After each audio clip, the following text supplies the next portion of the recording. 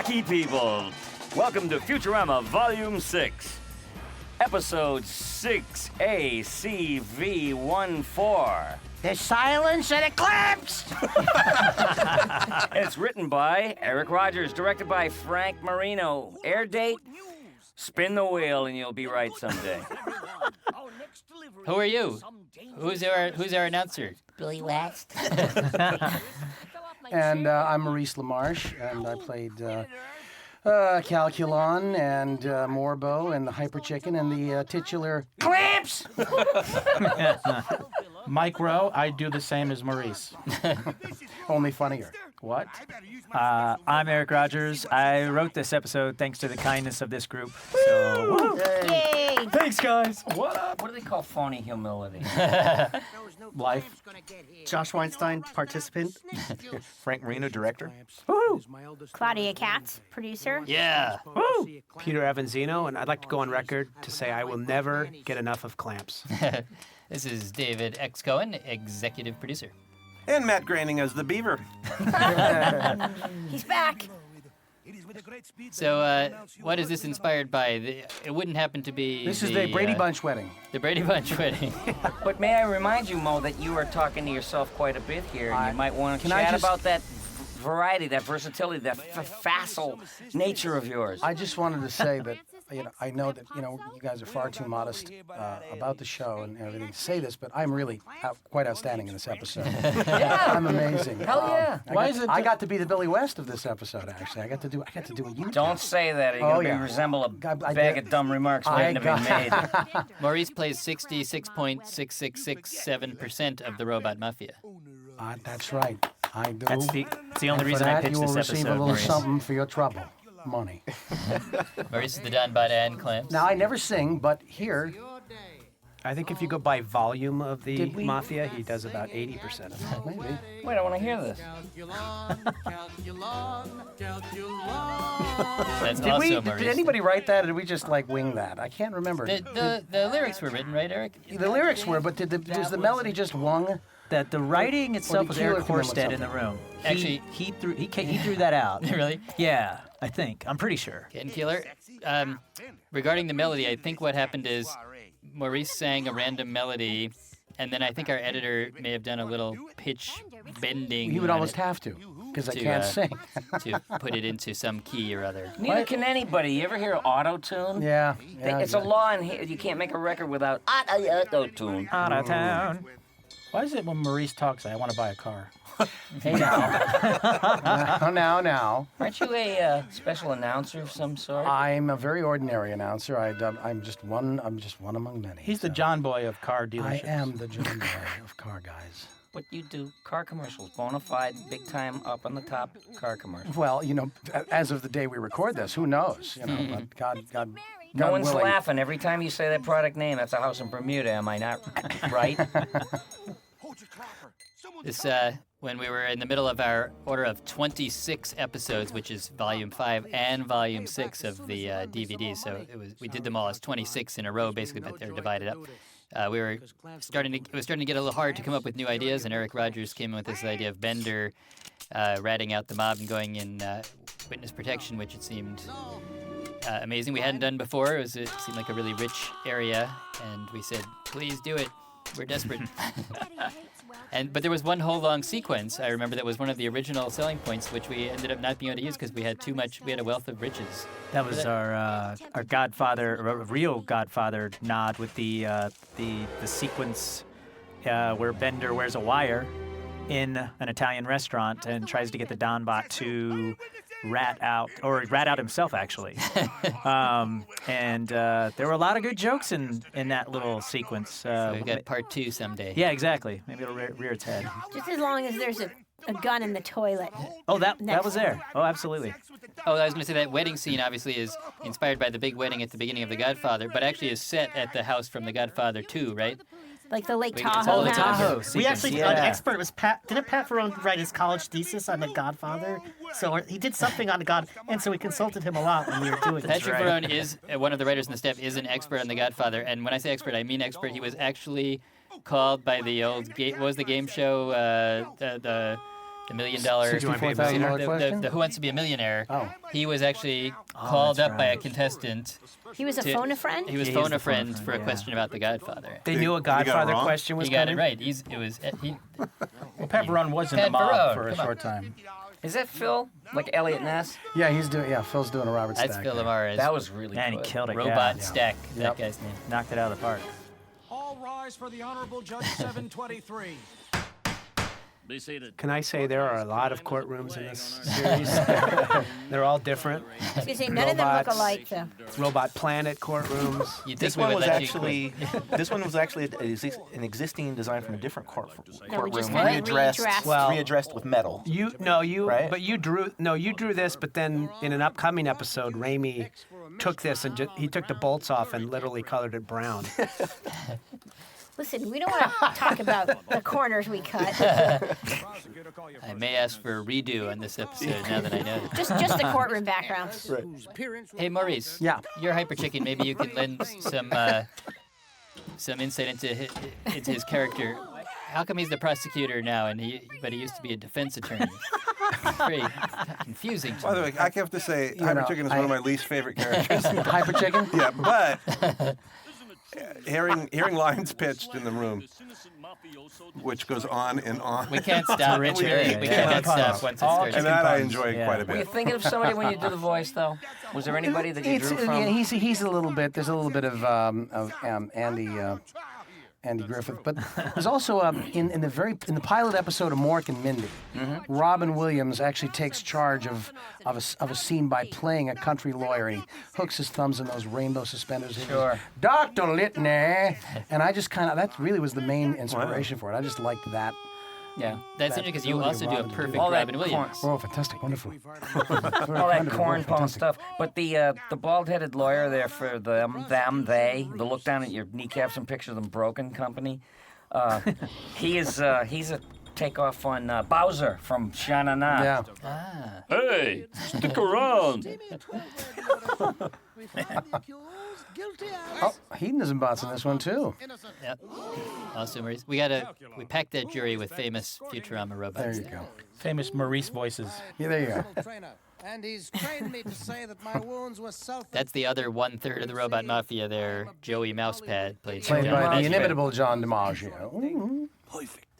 So Several robots from the Ultimate Robot Fighting League there. The Chain Smoker, I see.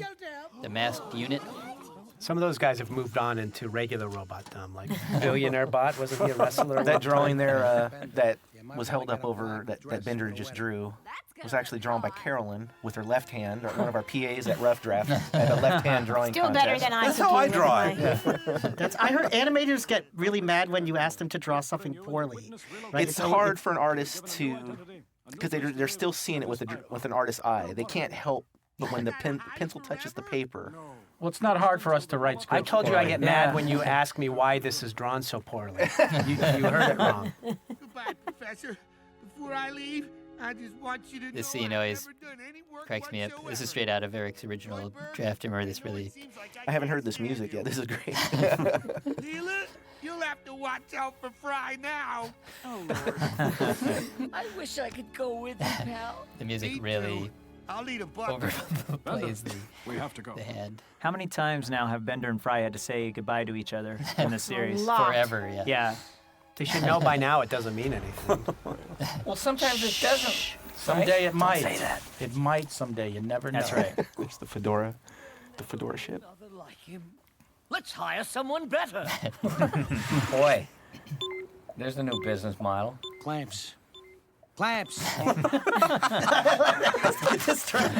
random. Why was Clamps not paying attention? Was there an earlier script point? I think or? Matt Groening pitched that, and I don't remember. I think it was not for any reason. I think you just like the personality. Yeah. It's the most realistic moment. Yeah, it's Clamps funny. ADDing out.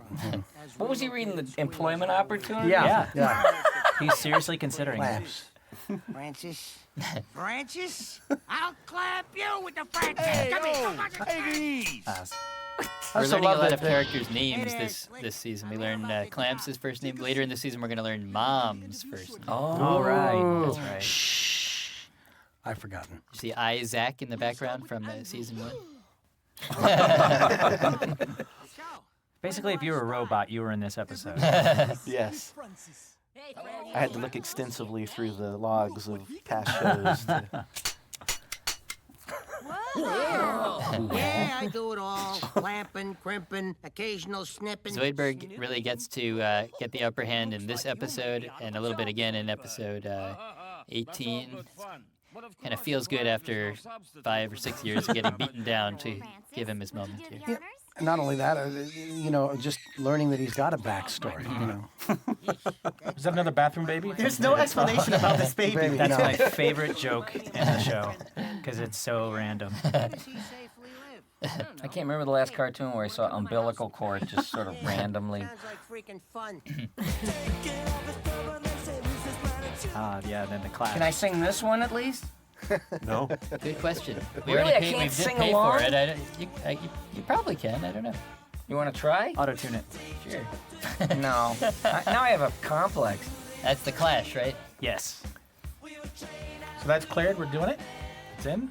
It's in. It's going on the air. You see, we're doing these commentaries before it airs, by the way. So if you hear anyone expressing amazement, like, we're going to put this on the air, it's because it hasn't actually aired yet. We're not really sitting in your living room while you're watching Yeah, this. it's almost it's the closest thing to time travel there actually is. We're in the past, but we're traveling to the future. Squeezers. I like the way Billy had Zoidberg get a little squeezers. These clamps, Now- I will snip with these. Oh yeah, and then this is the first time we've ever had cursing bleeped out in a show, right? David? We know we've done a little before. There was Oh, an yeah, episode where okay. young people use curse words. Remember that? Oh, right, Leland right, Fry right. curse Yes. words. But Maurice, I you really went all the way with the cursing, You though, did did it. I not? And I have that on. I've recorded that, Maurice. If you ever want to hear yourself going off, I have. Oh, yes, Of course, it's I hear been myself recorded. going He has off a lot of almost that. every day. Yeah, it could Usually be on the That was 405 great. on the Hey, drive into good the shot. Futurama. I like that. The I was- camera twist. It's actually my ringtone, Maurice. That was my Your cursing from this episode. out of every. I think it's my favorite shot I've ever directed out of any show I've ever It done. finally showed that there was no up in space. Right? Yes. I always that was the wanted idea. us to do that, where the ship flies in upside down and like what? I was looking at I forgot what I was watching, some old NASA stuff or something. And then you always see the space shuttle sort of upside down in a lot of those shots. And it just gave me the idea to think about Yeah, dizzying. Yeah. This is Billy as Don Knotts, like Brilliant Don Knotts. Sheriff. Oh, His name is we Sheriff talked about Jeff Turley. Bennett does it way better than me. Jeff Bennett doesn't work on Futurama. Not Actually, yet. I'd put yours right up against his. I Both brilliant. keep an eye on quality control of voice people that are circling the block in a SWAT truck. I want to point something else out about that flight to the moon there. They also passed the Moon Amusement Park from season Yes. 1, episode 2. Episode You have to 2. do a little freeze frame. The series has landed. Luna Park. And my first episode. Pete's first episode. Oh, yeah. Don't worry, we're in space where no one can hear you clamp. I'm sorry. They can hear you talk. Cool, cool. A new identity as a moon farmer. Well, he must be afraid to break Is it a big pain character to in case animate there's people no walking in button low with gravity? fuzzballs around. Actually, no. It's actually quite easy. You only have to do a couple poses, And and just then you kinda- just sort of slow 'em. It's hard to do it well. Why do I sort of titillate when I hear the words moon farmer? This guy also, of course, I guess all of our moon stuff dates back to that. But that's Billy's Moon Farmer. I'm being followed by a moon farmer. See, I didn't sing it, and it's not as funny. John's Moonbender really merits a spin-off, I think. Yeah. Oh, absolutely. A lot of characters this upcoming season. Should get spin. We don't want to give away the end for the one person out there that actually watches the episode for the first time with the commentary. My mom. Flag burning. Y'all want to stay for supper? I play the commentary constantly at home, just so it feels like there's people. But first time through? Yeah, okay, I got you. So, Billy, were you pleased or offended that robot's name is Billy West? No, you saw me laugh at the table That, read when that I was looked an at that. honor. Are you kidding? That's a great to have. I love that. But I we mean- all died at the table. But I mean, you're right about what you know. I mean, you know, it's like, what kind of a I love the stupid, baby. phony name? Oh yeah. The baby's awesome. The baby's really kind of half bender, half crushinator. Yeah, It's it's nice mix awesome. there. And what are they eating there? Mashed Oh, chicken. that's right. We saw it mashed. What Mashed chicken, yep. I think we delivered the chicken raw, right? And then you guys asked for it to be cooked, or We should add a tooth missing in the baby. Sort of. We had steam. We took the steam out. I love that the farmer, the moon farmer dad, has got a wife beater t-shirt on, a shirt on, and suspenders, but he's still got those futuristic Barbarella epaulets. Brilliant piece of design. He's just happier in his new life. I refuse to believe anyone is happy. Mr. West, would you mind if I examined your brain? West. See, that's what I love about you, Billy. That you would add a nuance like Mr. West. You know how many times I've done that now. But even with your own name, I mean, you're so true to the character that he would do that, rather than thinking, well, this is my name. I don't want to. Is it possible poop for on it. anyone to tell that by looking at a disc? You mean like... May not be public domain. We're definitely going to field some questions from our scientifically minded viewers about the professor analyzing that disc by eye there to know he knows what's Never mind wrong. your scientifically minded viewers. I sat at home with the screener going, wait a second, how did the professor know from that? Maybe he has some kind of Anything could Geordi happen. LaForge glasses. Well, he has that little tool, and we actually made the end of it blink specifically to answer that question. There's no reason to make you impugn the think professor's that, masculinity. That tool is telling him something with the red beeping, the red flashing indicates whatever he said about it. I knew you would have an explanation. Oh my God. Oh, yeah, look at this. One sarsaparilla, Sheriff. I'm thirsty. I can tell. I'm Grady. Got the rest. That is a Furley joke. Let's take this outside so no one else gets clamped. You're the boss, stranger. I'm gonna clamp your body parts off one by one. But then... A technical thing about when we beep words out, which I don't remember if we're going to do here, is we actually do completely remove part of the word that we're beeping out, so that even if the tape gets into enemy hands at some point and they can take the beep off, there'll be no the full incriminating word's not there. version. Wow. Of course, we have our own secret version back at the office, but this tape, there's actually And that's there's completely safe. It's clean under that beep. Oh yeah, I gotta bring all those back. So Frankie got to do a little Sergio Leone. You guys Yes. made Frank very happy with this script. Yes, Tell you that this right was when I first got to do Futurama. I was always hoping, I hope I get a Don Bud episode. I hope I get, and then lo and You behold, sort of got the Don Bud. yeah. A lot of Where's the distraction in wind this coming episode. from under that dome? That's what I want to know. Air conditioning. John. I love that. Wow, nice. It's about time. Another name revealed. I love that Zoidberg finally asserts himself. Right, exactly. We're fighting. What else? I feel like it would have been just as likely that Zoidberg would have gone through that window and Clamps would have gotten lobsters on it. But it just, No. the luck Yeah, of the draw. it wouldn't have been That's as funny if it had happened in reverse, I don't think, with the... We were just rolling camera, and that's what happened. Yep. Improv. Cartoon improv.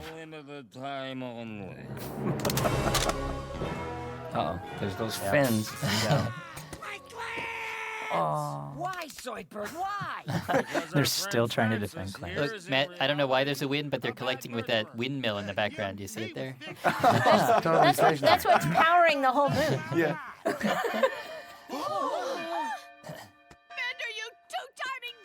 The great Tress McNeil. It worked out nicely how she could play this funeral bell, having earlier been like a wedding bell and every other kind of. I like the way he... That's always gotten a laugh at every. That's me, isn't it? Am I the crush That's right. name? Maurice is also the crush name. Oh my God. Yes. I didn't know it until I heard my crying, and then I knew that's how I cry at home. What, you see on the side, Aldrin's Gulch? I saw that when I. And he's a guest looked at star the later screen. in the. He is season. a later in the season. What is on Joey Mousepad's more private of areas? What's that in the front there? What is? Some of us weren't staring at that. It just caught me. To my friend Bender, a wise man once said he was a hell of a squealer. All right, I was Best looking. there ever was. What are they This drinking? is this Family Brothers Pizza? Yes, it is. That's right, but he's annoying there. Bender. You got me mixed up with another robot. You're probably right. It's true there are a lot of Benders who look just like him because we know about Flexo. So this Right. is actually not as ridiculous as it is. That's right, grounded in reality. But there's a charm in the Grounded in ridiculousness. future reality. of it all. I It's hope we also meet a upsetting lot that nice more of farmer them of Bender all died. different nationalities. This is actually, this is one of the few I have episodes to of say, I actual love deaths, Flexo. isn't there? I'm a Flexo Although fan. couldn't he just be I'd like repaired and Flexo if he had a spun off heavy into his own Italian show? accent. Spinned off. That was good. Got you like a fish. Nice. I love that. That's how people talk, right, Mo? That's how an average That's how person talks. average person in, That's how Hollywood. lobsters talk. Zoidberg got his respect. Yay. Yeah. Wait, now Yay. I printed out some more questions that were being Go for asked it, go online, for it. and I These- think these we aren't should on your service parking pass. the viewers. All right. How come you guys don't do commentaries for the DVDs?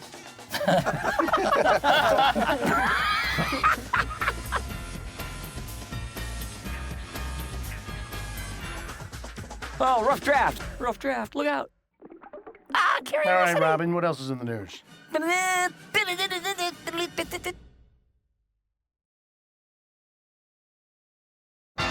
Hey everybody, this episode is Mobius Dick, written by Dan Weber, directed by Dwayne Carey Hill, and scheduled to air sometime in the summer of 2011.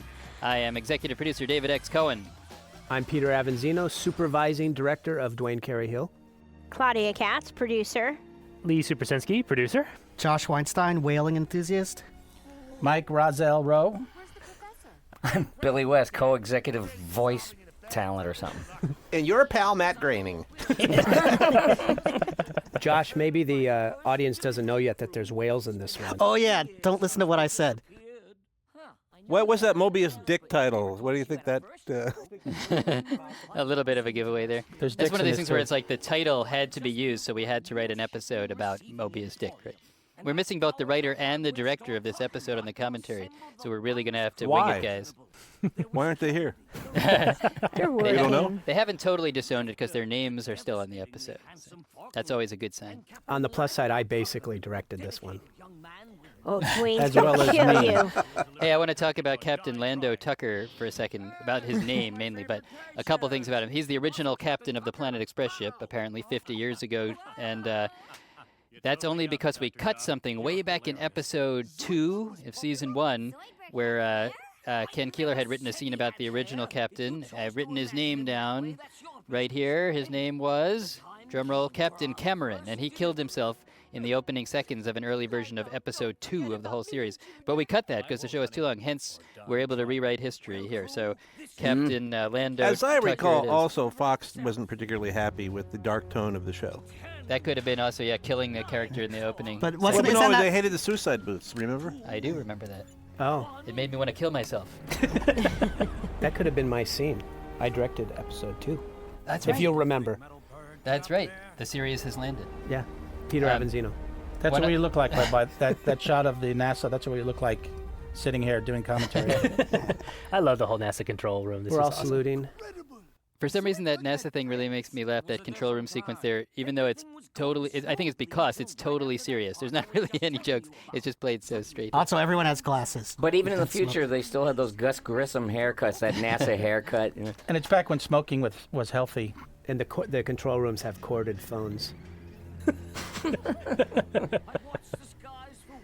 When we get scripts like this, it's really... Wait, that is hilarious.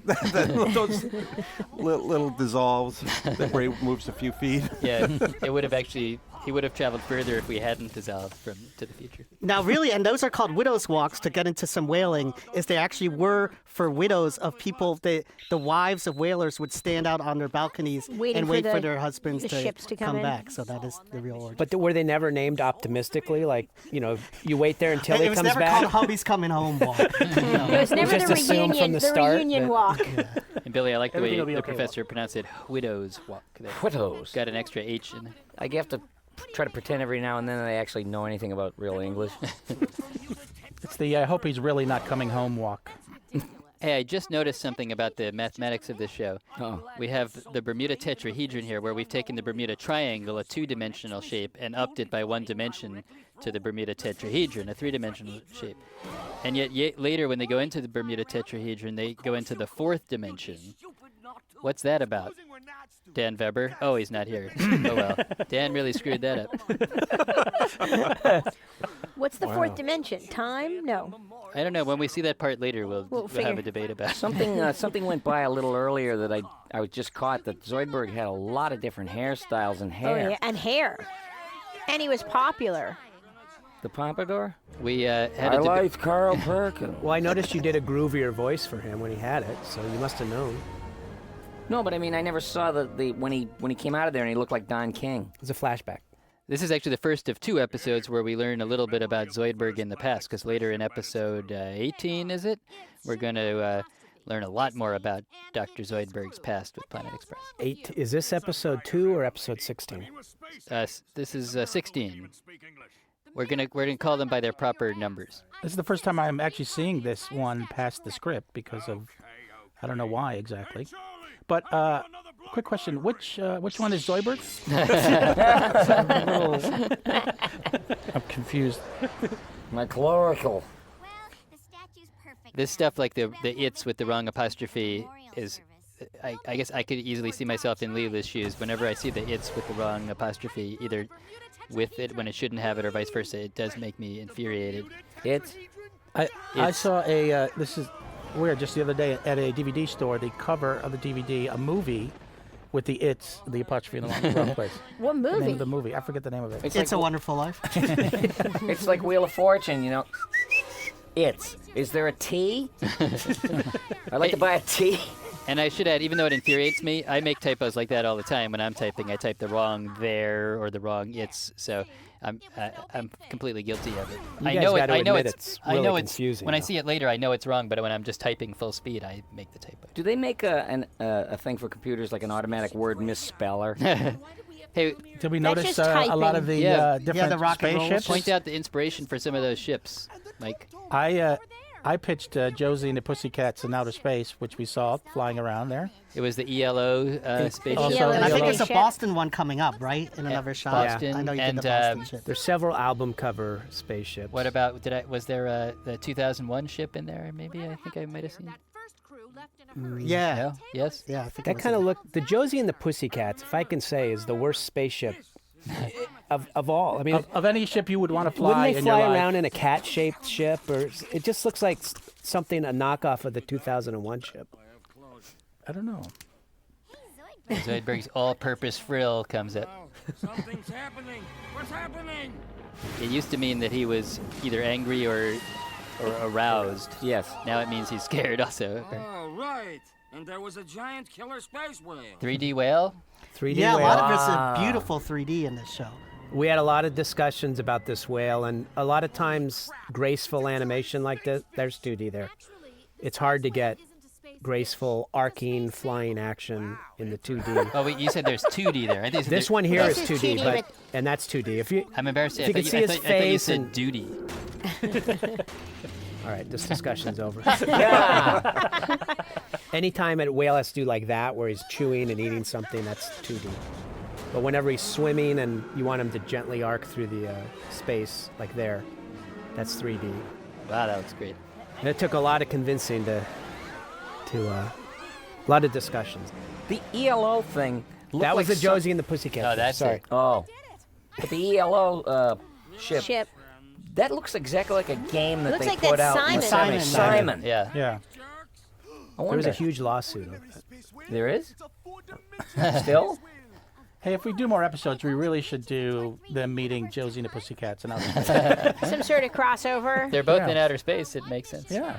My name will not be on that episode. By the way, Oceanic Airlines, of course, that reminds me of. That seems similar to the airline from Lost. It does. From the TV show. Does anybody know about the censorship on Josie and the Pussycats? No. They used to cut scenes out because someone threw the cat in a bowl of spaghetti, and the Action for Children's Television says, well, little kids will take their cat and throw And it put in it a in bowl of the- spaghetti. And they actually had to change the name to Josie and the Crotch Cats. The bevel cats. The wedge cats. Sorry. Canterbury, Josie and the Pussycats. We'll find that in post. You wouldn't dare. I've been married to worse. One of the inspirations for this is just we were trying to think of something for Leela's character, and we thought, oh, her just getting obsessed with her captainly duties since she's the captain might be good, and that led us, I think, down the Captain Ahab path. Moby Dick. Yeah, because we actually hadn't done a Leela Captain story for a while. So you were looking just to do something about Leela. Was the start of this? Yeah, because I think we said, well, we did a can't Bender all be story, about did a Fry Bender. story, so yeah, let's bring it around. Dan Weber always writes these sea shanty episodes. He wrote the That's true. the Penguin episode in the original run, season, what was that, 3? Something like that.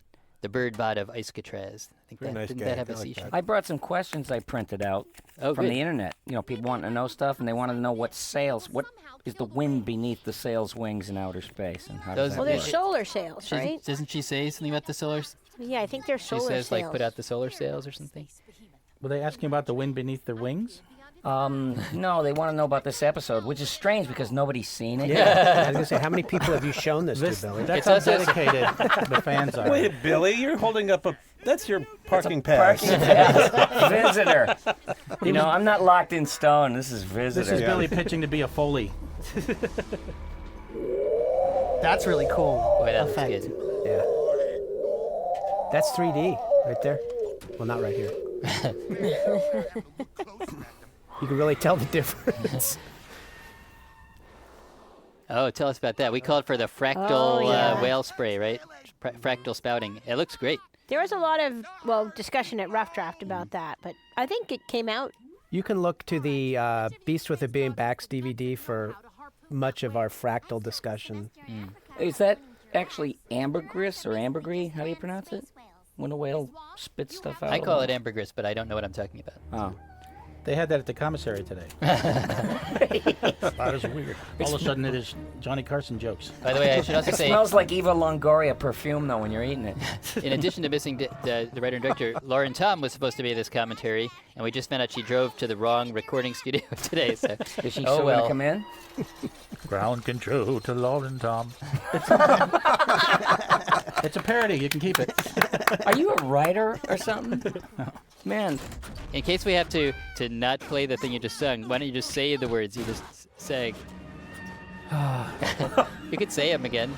Ground control to Major Tom. No, wait. I said. Fix You that can't part. stop He has to actually sing it, apparently. Mike said ground control to Lauren Tom in a certain melody. I'm gonna get a T-shirt made.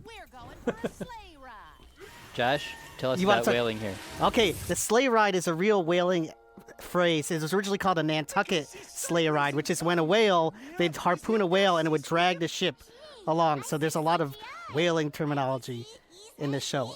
Also, if we are having some uncomfortable silence, I'll tell you the origin of Moby Dick very quickly. It was based on that's really cool, by the way. Two stories of real whales, including one in the 1830s whose name was Mocha Dick.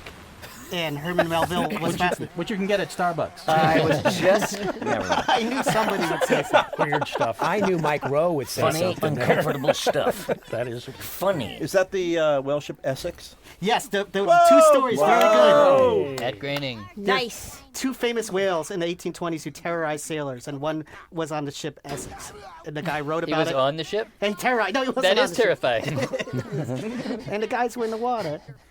This is a while back ago, but we Jeez, the they're always backwards- jumping in. He was in the middle of a thing. the backwards dialogue, Pretending. Hello?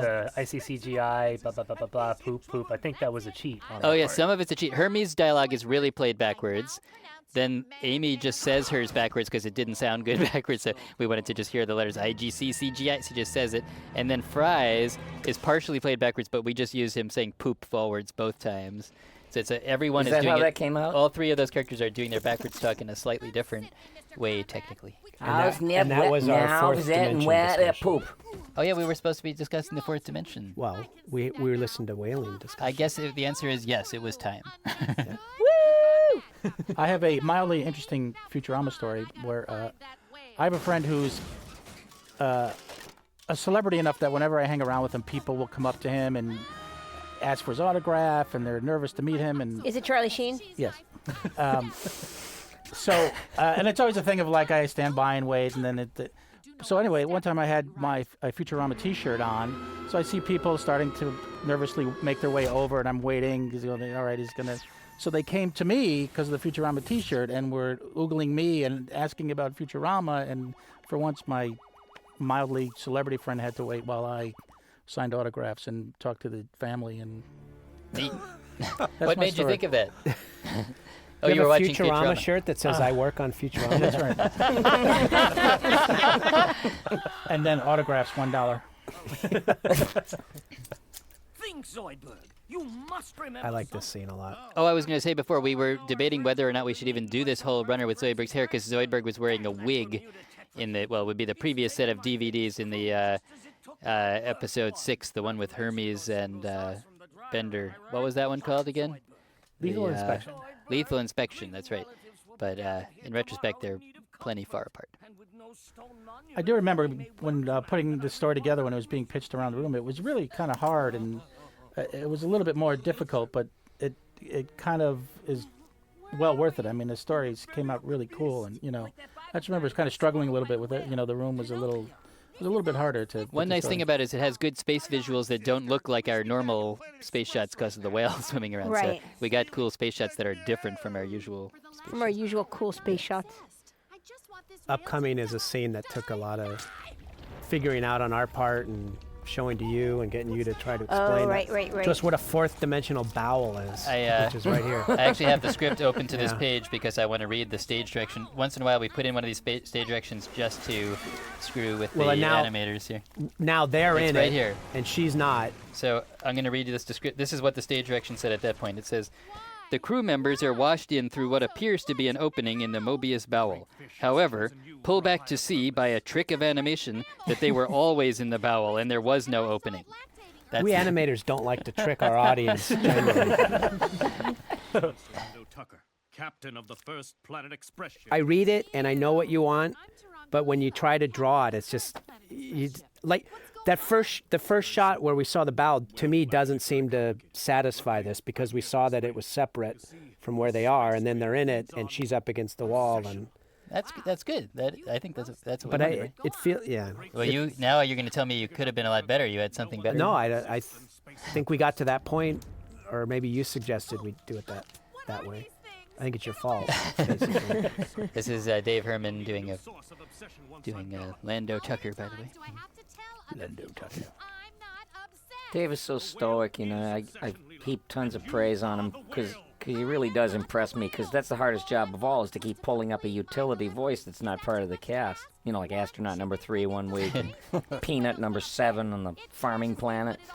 And when he does these, it's really surprising. He's really good. But if you talk to him about it, he just, yeah. Sometimes on the table reads, he does something else that you've never heard before too, and then so he's got others that he hasn't pulled out yet. Cool lens flare there. Look at that. But what kind of lens flare is that? Wasn't that I don't know. an octagonal or hexagonal or? Popsicles here. Can't mourn the dead without a popsicle. You think a popsicle? This guy. Horse Coke guy. It's Horse Coke guy. There's a lot of street vendors in these last 2 seasons. Falafels and popsicles. His name is Horse Coke Vendor. But if you know the voice that he's doing, it's Phil Rizzuto for the money store. Holy cow, Billy Martin's out there and he doesn't look happy. He was in one of my episodes, and I was looking through the model pack for some drug dealer looking guy, but he was a horse Coca-Cola dealer. I see. You were thinking of the horse cocaine. Well, we have guys who were selling body parts, and there were drug vending machines, so I got confused. Right. Well, he's a character I may have said before. It dates back to the Luck of the Friarish, I believe, and we didn't know he was going to return, so we didn't bother to give him a name. So he was at like some at the space fair or something. He was at the horse races, and he was selling burgers. He was selling horse burgers, horse Coke, or She says, horse I'll Pepsi. have a horse burger and a horse Pepsi, and he goes, horse Coke, okay? And this guy now has a superpower apparently, because I'm going to give something away, but he's going to get killed in a couple of minutes, and yet he comes back again in episode 24. So don't worry, he's all right apparently. Ghost noises. Get your ghost noises. It's inspired by the end of Close Encounters here. With a popsicle. Layla, you're alive! Is that how you and your friends are dressing now? Hello, everyone. I suppose Trusty you're Gil? wondering why my Would flesh has melded with that of a giant space whale. With that of the Pepto-Bismol.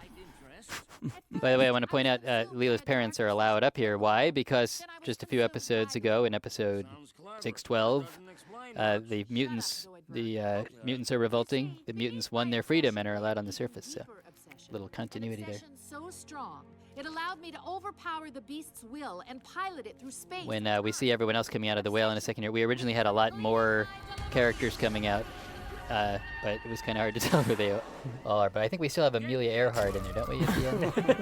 Yeah. I think. Vendor well, weren't guts. there just more random Get your vendor astronauts guts. and But he's okay. stuff He'll like be that? Yeah, it used to be more people who had disappeared in the Bermuda Triangle, supposedly. Russian Vendor Guts is cosmonauts. a good name. Does it seem like the Bermuda Triangle isn't talked about as much as when we were kids? Yeah, not at all. There used to be like TV movie of the week every Every other week. year or so. The Bermuda Triangle was huge. It was a superstar when we were kids. Yeah. Although it does feature prominently in the new Gulliver's Travels movie. Now, is that supposed to be Richard Branson? Yes. From his balloon flight? I guess he's going to disappear. He's going to disappear on a balloon flight. before he goes gray. It was the obsession of me and others like me that made it into a monster. Mainly There you. was a Doctor Who type guy in there too, I noticed. Or Where's Waldo? For him. I love the little robot with his buzz.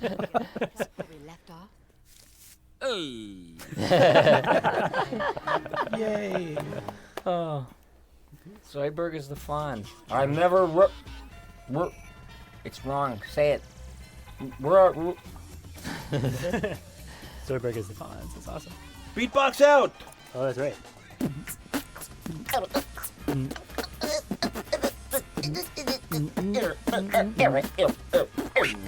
This here is the sound of stereophonic. I don't want to use Mike's mic. Saliva. Welcome to episode 6 ACV 16, Law and Oracle, directed by Steven Sandoval, written by me, Josh Weinstein, air date sometime coming up or now in the past. That about covers it. After centuries as a delivery boy. This is Mike Road, millionaire, own mansion and yacht. Tress McNeil as the voice of Various and Sundry. Next.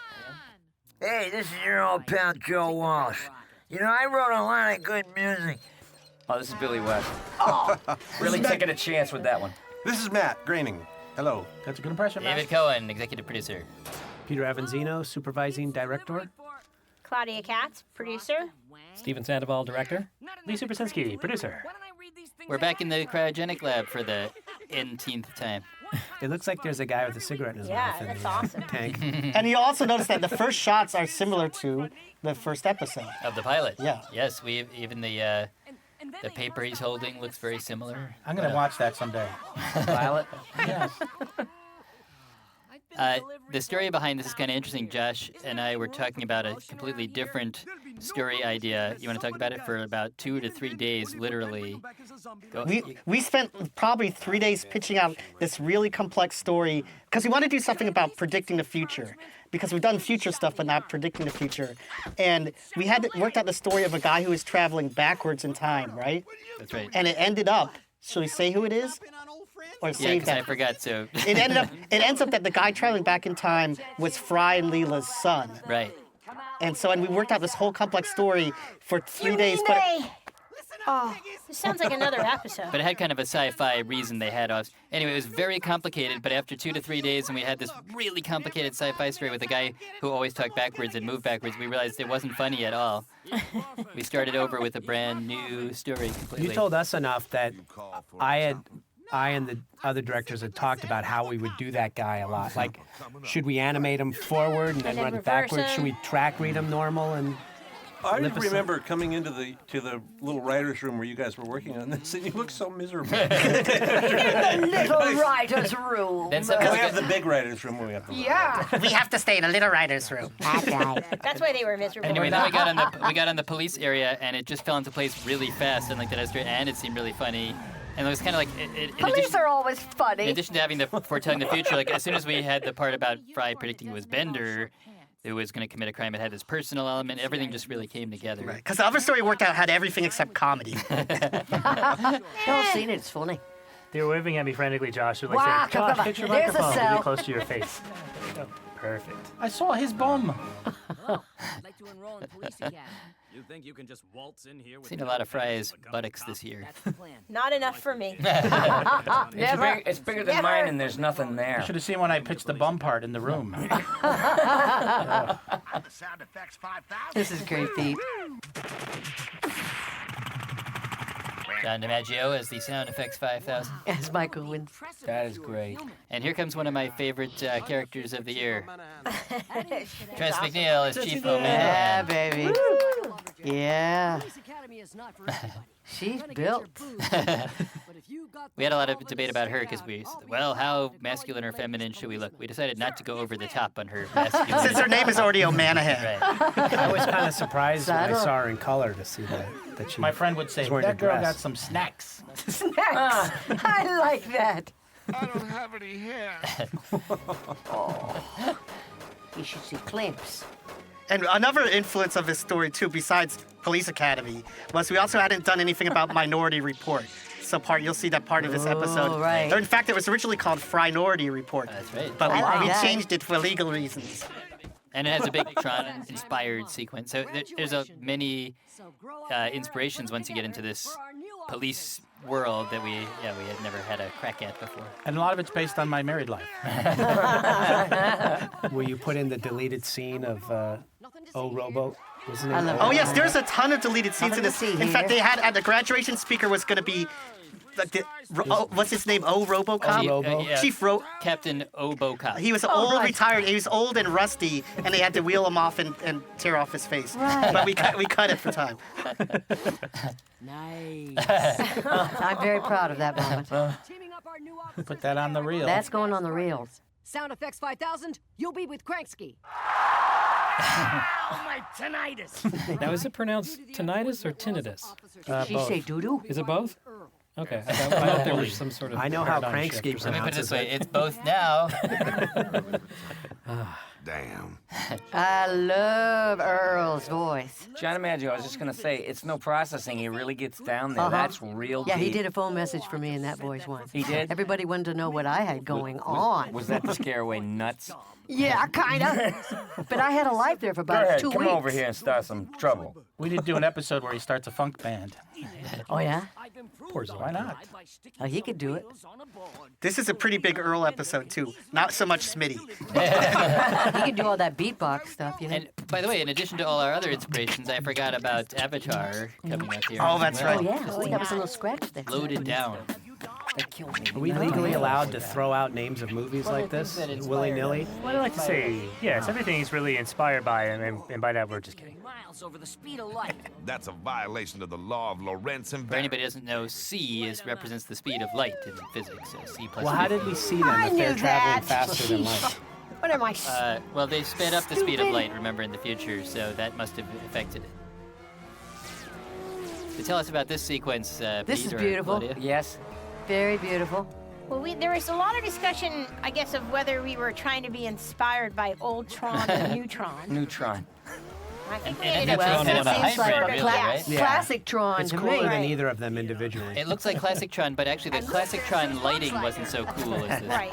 Well, but Classic Tron did have the nice yellow and blue trails, and I'd say it's closer to Classic Tron, but with some glows on it. Right. They're calling the movie the Neutron Bomb. But you know, Johnny, That is weird stuff. hey, Little isn't that wild? There's also a combination of 2D and 3D Good scream from Mo. Vehicles and That's of course, really cool. lenses. Oh, those cycles aren't all 3D there? Oh, look at that. No. Not all the That time. is beautiful. Again, if you're seeing their faces Look at animating, it has to be 2D. So. Wow. And is that pronounced Wow. Fresnel or Fresnel? Fresnel lens. Fresnel. Sometimes use in used lighthouses. in a lighthouse. That's something you guys made up, right? When we were submitting designs for Erwin Schrödinger, it kept coming back. And I couldn't figure out why, and then all of a sudden we had a note from you guys It's a saying, real person. make sure it looks like Erwin Schrödinger. I was like, oh, it's a real guy. Now, who is he? Who is he? That I don't know. Or you told me once, but I forgot. There's also a lot of drugs in there. This is the famous dead cat in the box, Parable? representing the idea in quantum mechanics that you don't actually know something. Nothing has a clear answer until you attempt to measure it. So if the cat is in a box with some poison, or in this case a radioactive cesium atom, there's a 50-50 chance it killed him. But the point of the experiment is that the claim is that the cat is neither alive nor dead till you actually open the box and look inside. I see. It's a superposition of alive and dead. But when you open it, the wave function collapses, and it has to be either alive or dead. Only So at until that you can measure it. Only at that moment that you measure it. What if That was nicely done. what You if the may box is return moving to your because the desk. cat's moving? Kind of like the existence of God. Okay, here's our I'm just 3D. kidding. Now this 3D actually works, Stuff I right? haven't seen yet. The 3D works? I know it. He What? wins. No, really? It depends what kind of 3D glasses you have, apparently. Do you need them? Yes, tell us exactly what type Because of glasses, they because we didn't- had a couple. Actually, that background through the window looks really good. It really gives dimension to the scene. Yeah, but it just takes one plane of the screen and pops it towards you, kind of. Like real 3D. Will it work? No. I like that very much. No, it does work. We tried it out, but we had two different kinds of 3D glasses with slightly different colors. Right. There's like one that has kind of a greener lens that doesn't Wow. work as well. You got to need buy like the cheap classic kind. red-blue. Yeah. 3D contact lenses do not work. I bet you they would work. Why wouldn't they work? Because they hurt. So, with multiple inspirations for this oracle in the tub, it's kind of like a sci-fi Oracle meme, in if the I can say. tub. Like, the idea that the thing that kinda tells like the future, message it in a has to be bottle. in a pool of liquid. Because it's in Minority Report, as Josh mentioned, but also in Battlestar Galactica, the oracles in the Spoiler newer, alert! the modern Battlestar Galactica. Also, Sanford and Son. That made no sense. I Hey, think it's good it's because stuff. they It don't let bears- them go to the bathroom. It's a Stop little bit dealing, like the Elizabeth. even a Stop little bit dealing. like the pilots in Dune who are in that gas tank. As opposed, it's still Pop, when are you going to get it's out a of that fluid, tub? not a liquid, but it's they're in a gas. Hey, son, why don't you just walk backwards into the ocean? So, Stephen, like this isolation stuff must have been tanks, man. chaos to animate with all these screens. It's like 7 shots per shot of the show, right? Actually, this was so much easier than like the iPhone Than the show. iPhone Yeah. show. Yeah, Stephen, Stephen, he did the I iPhone did show the also. iPhone show. Every time we do a show that has a lot of hovering screens, Stephen draws that You're the killer embarrassment card. of riches of extra. But you know, I mean, but if had not going through that ringer, right, it would have we wouldn't have seemed known more where to cheat intimidating, here. right. I was a little sad. Saddened by my neck. We did get. Oh, there's I'll say nothing in you the can do for that either. in the Future Not- Crimes unit, the That's board the guy scarf. and Steven and I came up with a lot of neat stuff for them to be. You know, you just said they do something to make the screens move, and I know at one point Fry's like doing typing motions as he fills out paperless work. Parakeets in your will. He was gonna murder you, marry your parakeets, and then poison them with. Somebody was commenting. We were watching this episode, and the criminal there says, "Looking into your one good eye." Yes. And it might have been our editor Paul, but he said, "She doesn't even have one good eye." Hey, give a girl a break. Speaking of which, Oh my God. Gotta go drop a big there's- one, she Yeah, says. that was improvised. I'm kidding. I'm not gonna steal the poo joke. Oh, nice.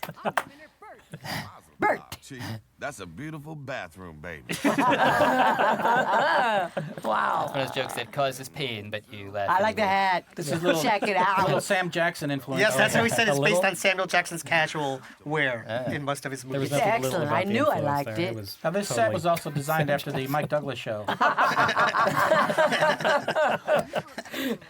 Wow. Mike Douglas, for the kids watching this, have no idea what that means. No, I know. Mike Douglas has no idea what it means. I have a question Not for you, anymore. Tress. Yes.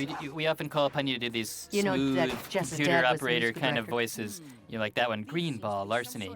Have you ever done a voice for an actual telephone system or something in an actual real life answering machine system? I think maybe I did one for a car. Oh, a Oh, card. like the navigation Once, or something? yeah, a long time ago. Turn left. But you know, You were a GPS? well, I wouldn't say that. It's like your door is ajar. You stupid It's like bastard! that, you know. No, it's not a But, jar, it's a uh, door. Your window But is a you know- can. Your tail is a wagon. I called someone at Fox, and I'm not going to say who, but their voice was almost identical to the automated, you have reached whatever, and I actually called back because it made me laugh. When they were affected, they were affecting it. It was. They thought that was a professional voice to do. Yeah, it was. Yeah, it was weird. It used to be considered standard. Claudia. Now it's. Was it Rupert Murdoch? I'm not gonna say. By the way, how is it that it's actually a known cliche that policemen say the word individual a lot? This particular individual. Why do policemen feel because obliged to use more words? Because you're supposed to say stay neutral. gender so you neutral. Can't, That's and right. you can't say male, female, or you can't call them the perp. Or This doer, individual or is the engaged doer. in a We situation. apprehended the suspect. Yeah, the alleged bad guy. I just have to describe how proud Matt Groening looks right now that he knows how to say that policeman line. He oughta. My parents used to call me the individual. I have to tell you about the Boston cops. They try to sound eloquent, but a lot of these guys were townies and street guys that became cops. And it's like 12 midnight, approximately 12 midnight, we gave chase to the suspect, and he evaded us at 2 a.m. when we tried to corner him again, and then we apprehended him, put him up against the car, and all of a sudden, this bastard was nothing but trouble. They use all these nice words. I think I saw you on Cops. I swear for God. Oh, that broke my heart when that happened. With that? Oh, jeez. I keep pushing David. Even to though I do know the more, story, it always surprises me, this turn of events. Wait a minute, Mike Douglas, that's Larry King stuff too, isn't it? No, that's right. Hamilton, Bermuda, you're on the air. Go. Anything big worth checking out? Just your big jangly booty, baby. This is a surprising development. Yes, it is. There was more backstory between them that we cut out, but there's a whole romance. Yeah, but this is a good part. We've been getting it on. Uh-huh. Right there in your chair. Wait for it. Oh, baby. Oh, baby. And she's like, yeah. Oh, I watched that over and over and Somehow over when again. Earl's doing an impression of Chief O'Menahan and her voice is deeper than his. I know, it's perfect. Don't be out of shave. For a vision ball. By deciding not to shoot Good them, sound you effect there. created an alternate future. Got my attention. I could never shoot you. Never. You Travis taught me Powers how does a lot of field recording, so I didn't really want to ask him any questions about that sound. Now dig the unintended consequences. My friends, let us share this booze This and part's a little toast to our complicated dear here. friend. But you know what? That's interesting too. That I realized what's not intentional is Schrodinger's theory. This is sort of boring, but we're not saying anything. So Schrodinger's theory actually involves alternate realities. If you the cat could go in two directions. It could be alive or dead. So it's also the theory of heading in, depending on your choice. Right, heading in Time different... could go in two different directions at the same time. So which is sort of what the story is. That's some heavy stuff. That is incredible Nicely, how yes, nicely nicely we worked that connected. out in advance and didn't just notice it later. I think it was serendipity. There we go. I love that I like cabbage that. patch. That's great. The reverse cabbage. I used to do You cabbage guys, patch. rough draft animators always sneak in a butt scratch somewhere in the episode. Bender scratches butt there. Just like He follows life. every cabbage patch. Do you love that? I love that the foppish robot can get down a set of spiral stairs. I know, but you just showed them coming at the very bottom. We Nice did a to lot of know work about. to not show him Yes. go up the stairs, and you guys actually wanted to see him go up, but I think he starts up after this. Oh no, you cut it out. No, it was earlier. Yeah, boy, this is for you. Funny. It's got to be Like Frank it. Welker, right? Is it Frank? No, that's John That's DiMencio John. as the dog. John's doing the dogs. He's cutting into somebody's territory there. He better hang on to his pants. This is a real cartoon joke coming up here. Oh, yeah. And it always plays. This invisible safe ranks as one of the great writing miracles in my career, I would say. I'll explain why in a minute, but we wrote it just because it was cool. It's like, well, we want him to store we want to be able to see the malt liquor, but it has to be stored because it's valuable. So we're just going to make up this invisible safe because it's cool. Now later, it's going to pay off in a way which we didn't intend, yet it solved a desperate plot hole. So I'll point it out when we get there. So you think all this butt scratching it from Rough Draft is needless? Wait a second. Look, you write what you know. This episode is unintentionally good. Set the whole thing up. Everyone will think. Maltese liquor is named after Michael Maltese, the Warner Brothers cartoonist. Why? so I can kill my human brain cells. Do you have any idea what a bird Another Dave Herman role here. God, he's funny. And he's good. Do you know how many people stink at this? Watching Leno. Like Illuminaries? No, just kidding. Things will now happen just as I fake predicted. Had to get it in. It's good. You're going to I'm honest. I Tourette out honesty. not that one, Can't the help it. real one, which you switched when It's a I flaw. stupidly looked away. Hey! That was a very late addition by Matt Groening. Actually, the fact that Fry was looking away at that instant and turned back, that was added at the closing seconds of production. It's in character. Do it! It is your destiny! Funny thing about Okay, get ready for the big payoff of the invisible safe. other plans. What invisible? Oh, nuts. When we were making up the story, like, well, Fry will like trip on a rock or something and accidentally shoot Bender. We actually never had a good thing. And then the day we were there going, wait a second, there's an invisible safe in the room already. It was such a miracle. That is nice. Did you notice the safe's not invisible in the Future Crimes video, though? Maybe it can only be invisible. We had to see a safe. Right. The invisible safe was inspired by the invisible safe in the writer's room. It's funny, I never saw that there. I mean, This prediction-proof glass was a joke I think Josh came up with. That it's funny. It really, that's the definition of papering over a plot hole. It's like, well, how did they trap the Oracle in a way that he couldn't predict? That he could not possibly know Right. they're behind the glass. So that funny-sounding phrase covered up that Prediction-proof nice glass. plot hole there. I have a question. Couldn't Fry have let Bender go and told him not to give anybody the Maltese liquor? Nope. But then I got fired for tipping off Bender. Fry. which one's Leela? Doesn't it kind of look like an implant? But it has. Leela's the one with the cephalothorax. Watch it like the quadrant. Here comes a big burn on Matt Groening and David Cohen. Executive delivery boy. Well, about 5 seconds from now. It's a meaningless title, but it helps insecure people feel better about themselves. I feel better about myself. Yay! That was crazy. That was That episode was crazy fresh. Cop for a day. I felt it. I was there. This episode kind of steered itself because, I mean, I had a really solid board crew on it. They really turned in a great job, and all of our effects guys, Pete brought it so much good stuff to it. I mean, it really just, it was really one of the easier ones to direct. So thank you.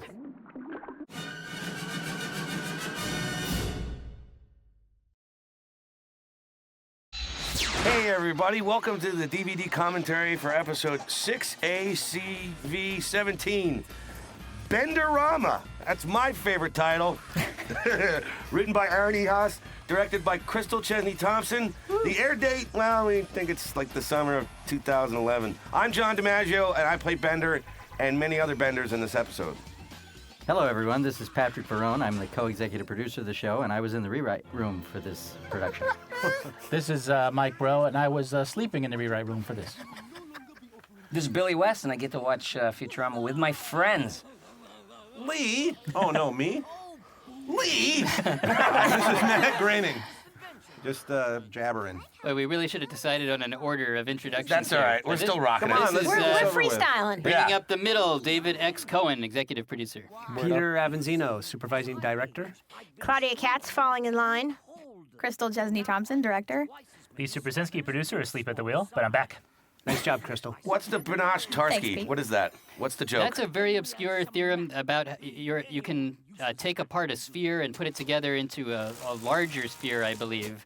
Something like that. It's something that makes no sense at all to the human mind, but it's a mathematical theorem, so it has to do with like taking something and making more out of your original substance. Oh. Why did you name a machine that makes two smaller copies after Well, it makes a more theory things. of making something I may bigger? have misquoted the theorem. This is where we wish we had Ken Keeler here, our expert on theorems, but I'm in the general ballpark, so Well, it makes more things. it makes It's more making a things. thing out of a thing. Thing out of Making a more thing. things out of one thing. By the way, there's nothing more fun than pitching the little dopey things that fly around for the scary door opening. A dolphin.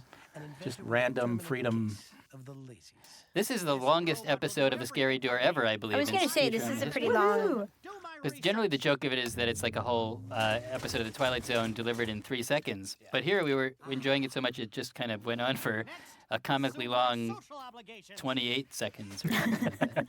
I love robots that have light bulbs with a dome over them as their That'd be a head. great nightlight toy for kids. Well, that's his brain. Oh, yeah. That's what I Okay. was thinking. Present this award to your robot.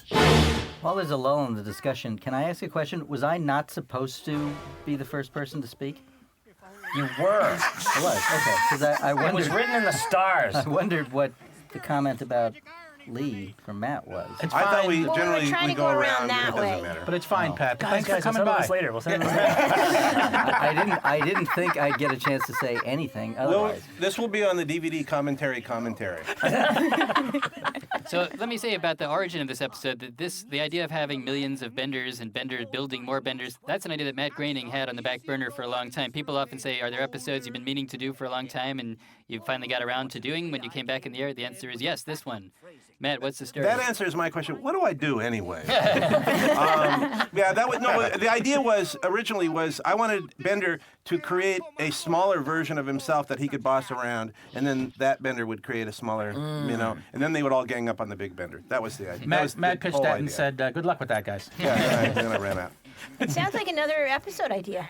I like the writer's It room would have touch been all of you, making it though, two small What? robots Yeah. instead of Well, I like that. I like that as well. My question is, More once benders is there's so always many better. benders, does John get many paychecks for each Yeah, bender? did I get...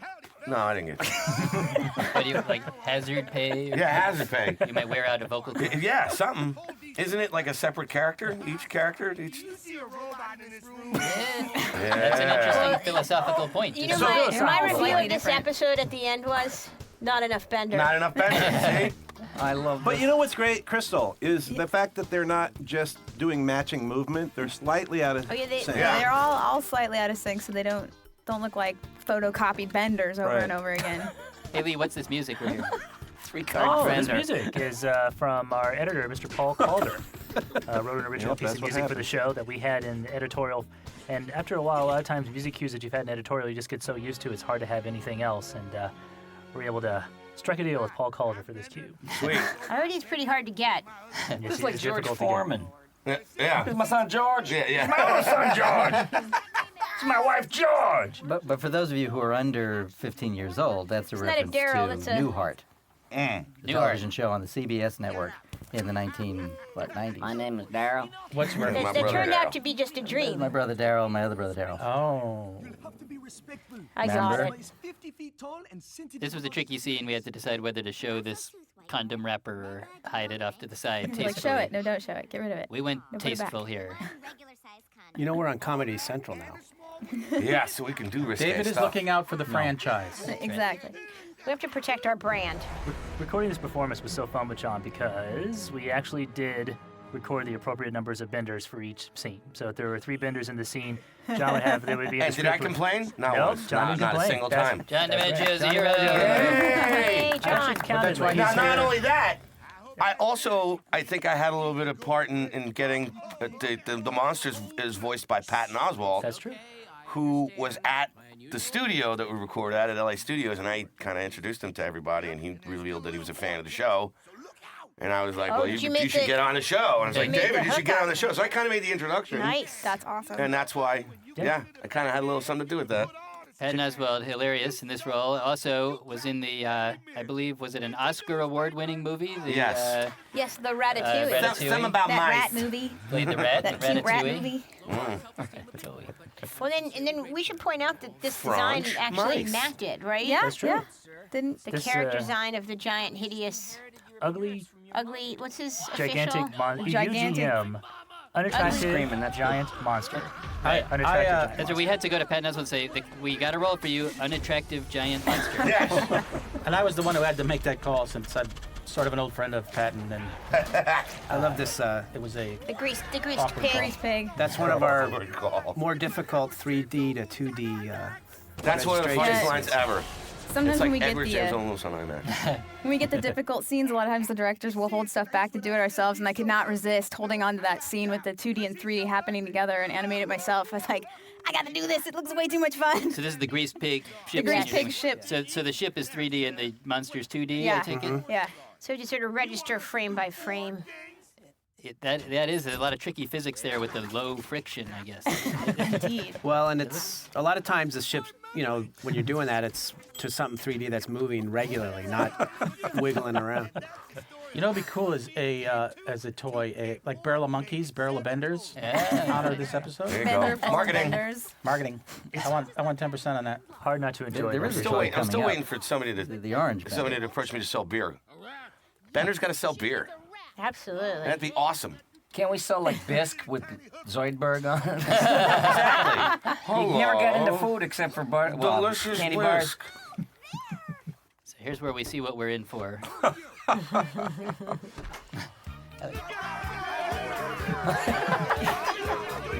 Awesome. Hey, I know that guy. Nice. Just a taste. I'm excited to discuss the math equation that's coming up, but I'll hold Well, back. you may want to get started now. It'll take a while. Now, is that supposed to be a classic Grover waiter throwback, or? You're saying Grover originated the what's this Well, gliding in my suit? in my, to my generation of. Well, I think Yeah. it goes Kenny back Young Goes did back that, yeah. beyond that, but Possibly I always longer than loved the Grover routine with the guy who Yeah. Running terrorizes back and him. forth for the kitchen. Did you see? It's hard to see, but if you have a high definition TV, there was actually a line of ant-sized benders walking across the floor in that shot. It's pretty amazing. This is one of the advantages of the show being digital is we were able to go through and find different benders from other scenes and layer them into these scenes to make sure there's a lot of little Yeah, you benders missed all that over. formula. So that's the infinite sum. So each when n equals 0 would be the original bender, obviously, and then n equals 1 is the first generation, and so You may want to pause this, folks. that equation is actually much simpler than it looks because the top and the bottom mostly cancel out, but it's basically 1/2 plus 1/3 plus 1/4 plus 1/5 plus 1/6.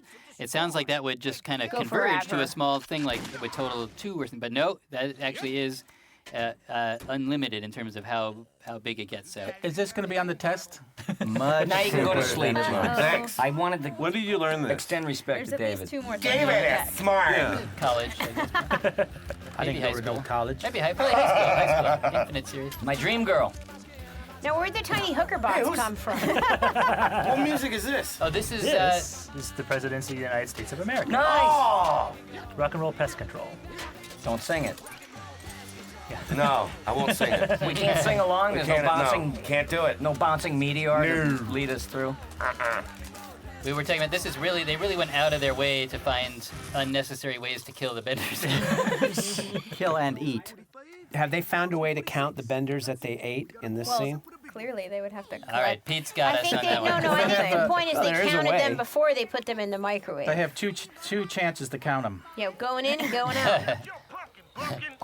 Under the toy. All right, so I let one measly bender. They're selling a bender talking doll. Does it have that on it? Really? I don't know. Yeah. You recorded them like a year ago. Oh, I remember that? did, yeah. It's going to be out in this summer, I think. Word? Yeah. Oh, I'm buying it. All I know is Is that be a Comic-Con? I'm I don't buying know a what bunch happened to of the them. plush nibblers, but I'll buy one. I want one. Oh. Yeah. I like Is there- hearing you before I go to sleep. The idea of tiny Oh, I love it. The idea of nanotechnology, tiny robots that eat everything and reproduce is we've decided is a science fiction meme, if I can use that corny word, that it's a existing idea they call gray ooze. It's just the idea that tiny machines will eat everything and make more of themselves. So we're kind of playing on that by having the tiny benders be the nanobots. Sounds like my first wife. Science! Hi-yo. Hi-yo. Thou art truly wise. Oh, great one. We should add a new scene to the nanobots episode of the evolution one, where when they leave the planet, it's only like a foot around. Because wasn't that nanobots eating everything? Yes. No. Is it too late to go back and do that? That's, One of the funniest Tress McNeil lines ever. Right here. I can no longer face my children. Oh, I love it. That was awesome. This episode used to have 2 long montages that, in addition to the one of them killing the benders, there was a montage of all the alcohol in the world disappearing, being drunk by the various benders, and then later there was another montage of alcohol being created again. So we cut actually 2 sequences. Maybe we'll see those on a DVD bonus feature of deleted scenes. Why the messy floor in the bathroom, by the way? That was gross. Because Scruffy was derelict in his duties. He was throwing away benders. He was depressed after throwing all those benders. We've decided this bust his show is onions generally right through. filthy. Yeah. Everywhere. Look, there's water on the floor. Watch this show carefully. I mean, the series carefully. Please, everyone, watch it carefully. once. Buy the DVDs. Buy them for And your realize friends, how and filthy. watch carefully. And there's ooze and slime and dirt and This is scraps all the work of paper of Crystal everywhere. Gail Chesney. Oh, The messy yeah. bathroom? It's like fine cognac. Bender's rust beard we've seen going way back to the early days, Yes. right? When he doesn't get enough alcohol. I can't believe you talked over the scrotum line. Yeah, I know. Oh, I That's did? Don't call me that. brutal. Don't call me. I just like that they're all very comfortable with each other's nudity. Just like I a think rough it's- draft. I think it's just with the professors. Nudity. Yeah, the professor's new. they all No, like they each all other naked. like walk around naked and Not as much the as future, him. man. Looks like Hey. a puppy. Crystal, tell us about that 3D shot with the molecules. I love that shot. That shot required quite a bit of research. What does water look like when you zoom in on it? We definitely wanted to look like those Oh, I old love this. chemistry class models. When we actually made sure that the H2O before it was alcohol and once it was alcohol looked like the correct type of molecule. But I noticed they were kind of vibrating a little bit, all the little figures in there. That was like brownie in They're all motion. Is that the floating correct around, yeah. term? The water molecules? Are they going to let us say that on TV? Titty much, brutally, I hope so. Fit Fit chase. chase. fit chase. Well, then Ben Franklin calls somebody a. Well, that hasn't aired yet either. I gotta This say, is drawing recording. these characters and timing them drunk was like one of the most fun things I've ever gotten to do. there's a lot of research. That's what we were just. Well, yeah, you we Could were have gonna have to asked ask- me. No, Derek Thompson did a lot of the timing on this told you some stuff, and I think he did great with like Sorry. delaying the actions and adding slow blinks, and sometimes one eye blinks way before the other eye. Is there a standard handbook of like how to animate drunk people? I think there is I There's don't- got to be one somewhere. Are there should write standard it. It's hard. rules? What I mean is, are there standard rules, even if not written down, or you have to figure it out? The standard rules are for when somebody's standing and talking, and to make them drunk, you have to add a lot of irregularities. The gesture will come way before or way after the accent of Yeah. the I love you, line. man. Give me the keys to my car, man. Yeah. I love you, man. Everybody get in your car and I drive hate home. you. Drive home really fast. I did have Everybody to tell get home in Crystal your who car. Foster Brooks was in this episode. I'm and sorry. He provided Foster a lot Brooks. of valuable Brooks. research. I now know. I watched a lot of it on YouTube. What's the name of the Roald Dahl character? The giant BFG. BFG. John Boehner. The big friendly Did giant. we decide that this was inspired by that or By ripped John off of? Boehner? Oh. Not in any legal manner. Not John officially. Boehner gets a spray on tan at the car wash. I never had a tan. I Anybody? never Anybody? ever Nobody? had. I never had a tan. Hey, by the way, I have not said credit to Aaron E. Haas. I guess John credited him, but the writer of the script freelanced for us 2 times this season, both great scripts, and he was on staff back when we were on Fox Network in the old days. Back when we were in black and white then. And then, in between times, he became the head writer over at the animated Avatar series, not the Last Airbender. James Blue Cameron one, movie, but but the is what Nickelodeon Yes. series Avatar. The airbender. The guy. Airbender, yes. From one bender to another. That's great acting. Good stuff. And the phone.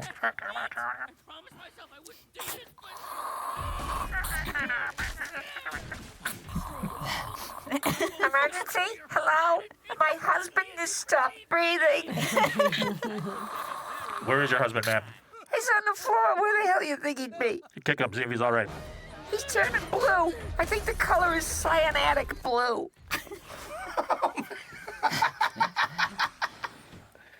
Blender. That's a great shot. I love it. Blender. Blender. It's so hammered. Maybe Bender should have another cousin named Blender, like Flexo. He works in a bar making. Yeah. That's another Oh, I character like it. for me. I'm looking out for you, That's John. right. Thank you, Claudia. I appreciate Well, that. he might not sound like he might sound more like Billy actually. Yeah. It's also another marketing Oh, thing. dear. The Bender blender. That's right. The Bender Blender. You put I'm Bender. You can put your stuff in the blender. It's the Bender Blender. Forget it. I don't know. Live in splendor. with the bender.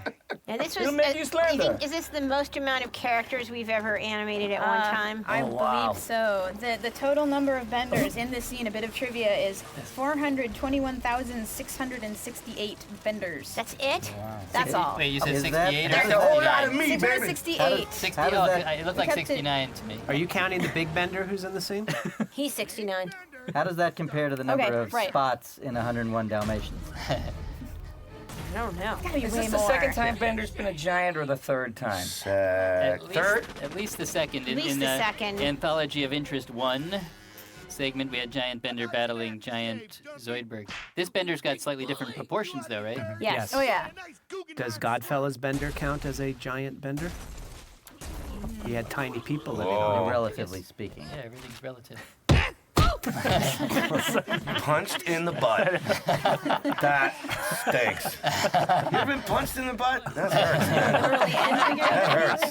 That's the kind of thing your older sister does to you when she's like, I'm gonna kick your head, and she's like punching you in the ass. I have two children. I have two children, so my answer is yes. Yes. Many Yes. times. Just remember there's a winner. Oh, moms are always getting punched in And the they butt. think it's hilarious. Yeah. And But anyone can don't retaliate. Do that. I love the quick shots of the little Benders getting knocked loose. Yeah, there. that's cool. Yeah, that's cool. No, he lost. Not only has Giant Bender appeared before, but he died in almost the same scene Fashion. that we're seeing again here. Yeah. There's a lot of, and there's a lot of carnage in the city as well. And then there's also a no. Oh man, do I have to walk?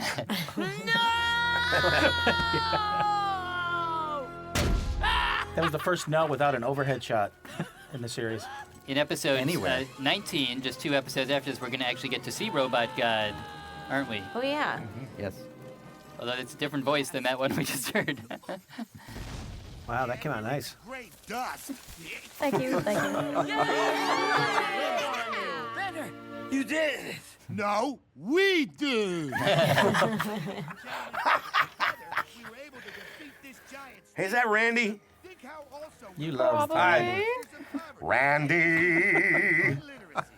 Unliteracy. You love Randy? I love Randy. I have I loved love Randy. Randy too. Randy will tell you exactly how he feels. Cool. People are going to learn a lot more about Randy in an episode that's toward the end of the season. Randy That's true. Randy and Episode Stacey. 25. That's a right. nice heart-to-heart with Randy. Oh, yeah. That's Andy with Randy. Here's the epic shot. Now, are we ever gonna find out where they went? They Maybe. went to a better place. Well, that was dumb. All's well that. Yeah. Yeah, whatever. What happened, Professor? Something absolutely incredible. What happened, Professor? I'm pregnant. The sweater's But how? Well, I didn't do it. A lot of questions left unanswered at the end of this episode. You know, what caused the Earth to be healed and rebuilt? What's going to happen with these extra benders left over at the end here? I feel uneasy. Well, the seeing Earth the end. question's more a question for the beginning of the next episode, isn't it? We'll have to watch it and hope we forgot about this ending. More little tiny benders. This is the biggest question of all. I had to do a lot of laughing at the end of Yes. this one. I Trying to remember do that. about See, now you see what I 12 mean. There's looping not laugh enough tricks. Bender. 400,000 laughs. Not enough Bender. It's crazy. Great, Yeah, great episode. 420-something thousand laughs. That was a great episode. I'm That was sorry. a- It was that beautiful. was a hell of a month. Yeah, that was cool. Yes, I Let's was- watch again. Let's watch again. John, can you stick around and do about 10 more voices? Yes. for us? Before we Okay. wrap up. Yes. Don't break your arm trying to pat yourself on the back. None of you. None of you.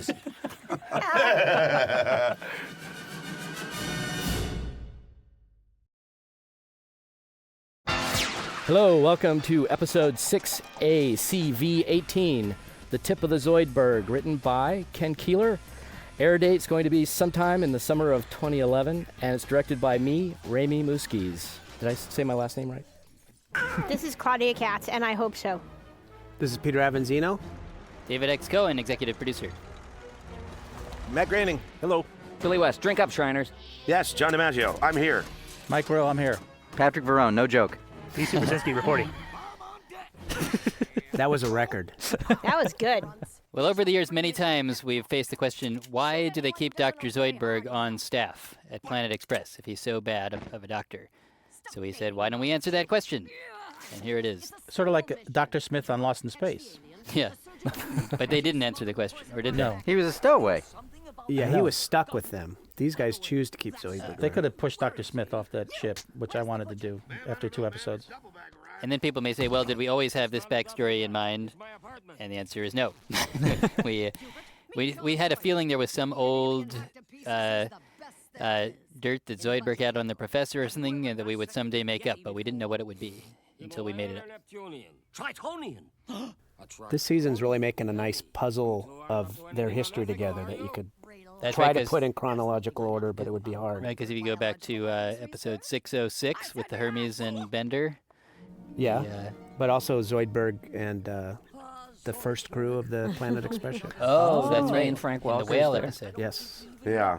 Zoidberg was looking very svelte in that Yeah, last I like scene. that Zoidberg's a little trimmer. What did the script call for them to be feeding the Pigeons. owls? It was pigeons. They just said feeding the pigeons? Mm-hmm. No. Oh, it didn't even say owls? Oh, you know No. what? I'm very sorry. No, it's been a while. I think it it said was, owls. It was owls, yeah. But the board didn't guy say drew what. like him throwing bird seed. But we corrected that. I prescribe acupuncture. Get ready to wince. Please, Fran. Put it back in me. Oh. M. That D. hurt it. Do you like the blood scenes, Matt? Simpsons jaundice. Does that eye chart say anything? Matt died when he saw it. The sight of it killed him. You may feel a slight sighing. Uh-oh. I'm going to laugh through the whole thing. Spine supplement to replace The blood is integral to that joke. You know, I don't like to have a lot of blood. Oh, just the gooey The noise. blood's That was also just- integral to this joke. And the ham bone. I picked the worst She ain't possible half time to bad. claim the integral nature. Lasagna. Oh, Garfield's. Lasagna. I gotta just repeat every joke slowly. Wait, I say yes. Hey, can I plug my one-man show since we have a second here? Yeah. I'm doing a little thing called Tuesdays with Maury Amsterdam. It's a one-nighter, but it's in Alaska, so it's 6 months. My dinner with Is Android. it in the late 2011 months? Yes. Good. You can come and do commentary on it. Is it like a week after whenever whoever's watching this is watching it conveniently? Yes. It's whenever you want it to be. It's not easy being fried. Oh. I like what minor changes it took to Fry to really make him go straight into these other styles. It didn't take a major change of shape. With plenty of spare parts. These back and forth in time episodes are always hard to write. You gotta cram a lot in the script. You're basically trying to cram 2 stories into one script, one in the past, one in the present, and when they work, they're really good, but it's hard to write. Can't you just like single space it? I think you've misunderstood what the hard part is. It's not physically fitting the letters on the page. Because we could animate it on ones. And, It gets tricky because you're trying to reveal something in one story that affects the other story, but it has to be at exactly the right time when you're cutting back and forth. well, can I say that from watching it, it looked like it was easy. It's so good. Well, credit to Ken Keeler. Writers Guild Award winner. That's right. Just 2 days ago, in the time of us, the people saying this right now at this time in history, 2 days ago, Ken Keeler won the Writers Guild Award for episode 6. What was it? 610. The Prisoner of Benda. The Prisoner of Benda. And Mike Rowe lost the Annie Award 2 days ago also. Aw. And I lost the Writers Guild And all Award, of us too. lost an Annie Beaten Award. by... That's right. Yeah, Ken, and I made the call, too. Ken Keeler and Patrick Verone had 2 of the 5 nominations for Outstanding Animation Writing for the 2010 year, right? That's right, and 50% of us lost. Sorry, McCarthy Patrick. math, too. You couldn't both win. We can assume you were a very close second. Yeah, that's what we'll assume. When I told my mom I was nominated, she said, "Yeah, I should watch that show." The blood was integral to that scene. Yeah. Too. My dad calls Futurama Futurama. You know what looks really cool? Blood in the snow. Yes. Yes. Like actual blood in the snow or like No, you know. animated blood. in the snow? Animated blood. Claudia in the knows snow. from experience somehow. I told you I have 2 kids. Oh boy, Just kidding. you had 2 kids. No, that's not funny. But sooner or later, it erupts, causing fever. The professor, this is supposed to be how many years ago? Like, did we say 70? About 70 years ago or something like that? What was the year on here? 2927, so it's about 80 years ago, 83 years ago. The professor still didn't look that young. Well, Still got very bad how old eyesight. is he? He's like 170, right? Yeah, Or- something like that. But the script called from like early 40s or something.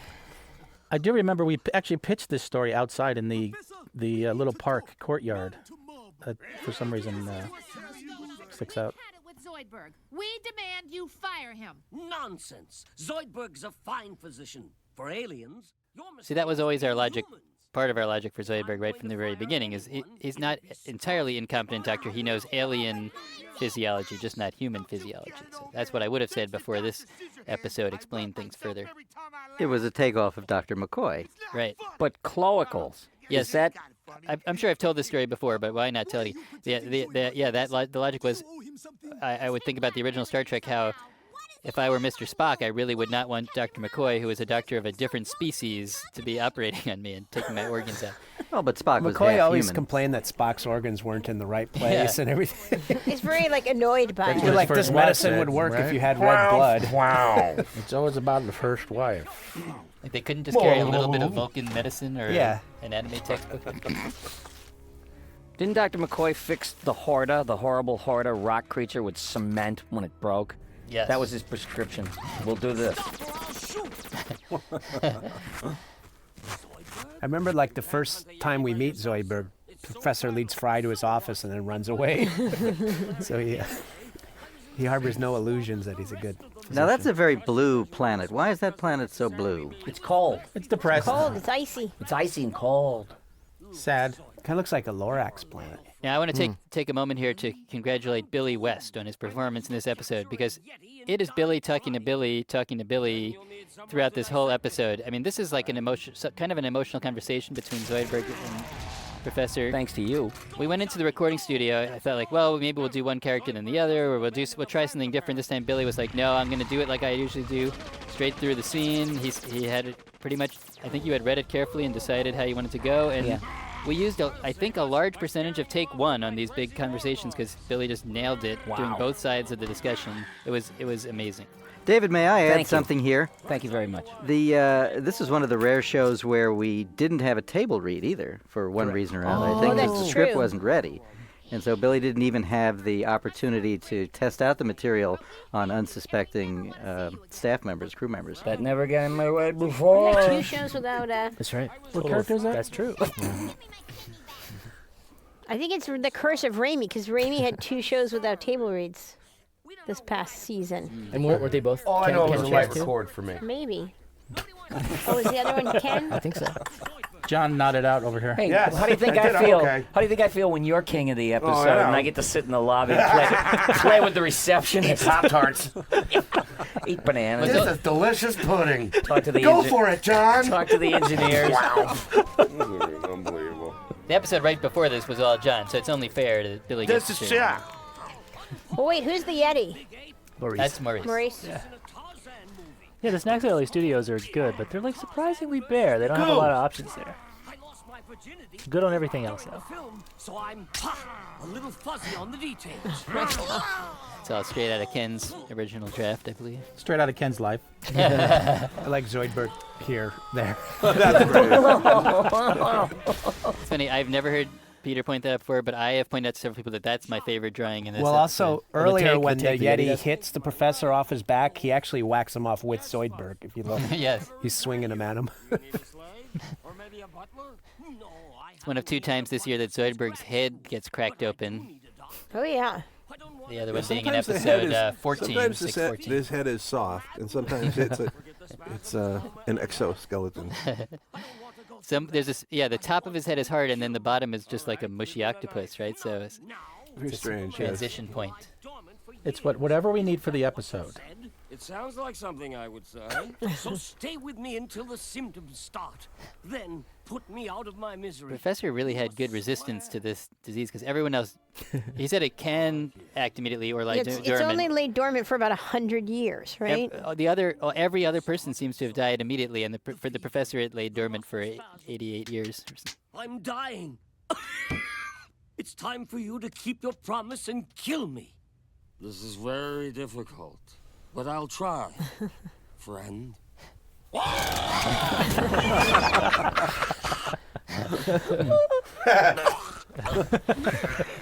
wait! I'm afraid to die! Oh, you said you wanted me to kill you. I remember we kept struggling with where to put the act break. It used to be later, right? We used to go right past that point and go to I think where? it was after the knife scene coming up. You'll have to try harder than that. I You'll think that's see. right. Right, so about just the 15 act break. seconds. That's right. The act break used to be when Zoidberg backed out of the room. Yeah. Here. Yes, that's right. Yeah, we decided to fake up the act break and pretend we were going out at a moment of life and death there. Not surprising enough. Did like reverse angles on that, didn't you, Raimi? Did you basically just We can't rewind sing that this. as far as the angle position on the cameras? It had to be animated, but I think they must have reused some of the poses. Can I say who this is? Yeah. I might be right. Chet Atkins? You are Yeah. correct, sir. The Chet Atkins Mr. acoustic Sandman. version of Mr. Sandman. Called for specifically by Ken Keeler. Nice. Yeah, that's because Dr. John didn't record a version of it. Originally done by the hit Quartets. That's all Chet, though. Hear the thumping little bass underneath, and he's playing the melody and the chords. He was a genius. Rick Overton's mom was a Quartet, for anybody who knows. She Rick was? Overton. Yes. Rick Overton went to the same high school as me, I believe. Oh. New Jersey. Who's Rick Overton? Although I don't know him. He's a comedian. You should have him on the show. He He's also really good. built these amazing steampunk models. That's cool. Really cool. Rick Overton is the center of the universe for you guys, isn't he? He is pretty funny, and he's got a good range of voices. And he's not afraid to give. No, he's a giver. He's not afraid to die. I know that. I've seen him out there a few times. He's fearless. Yeah. But there's nothing at stake if you have 12 minutes that you pretend you just thought of and you've been doing it for 5 years. Don't you want to feel like you're alive?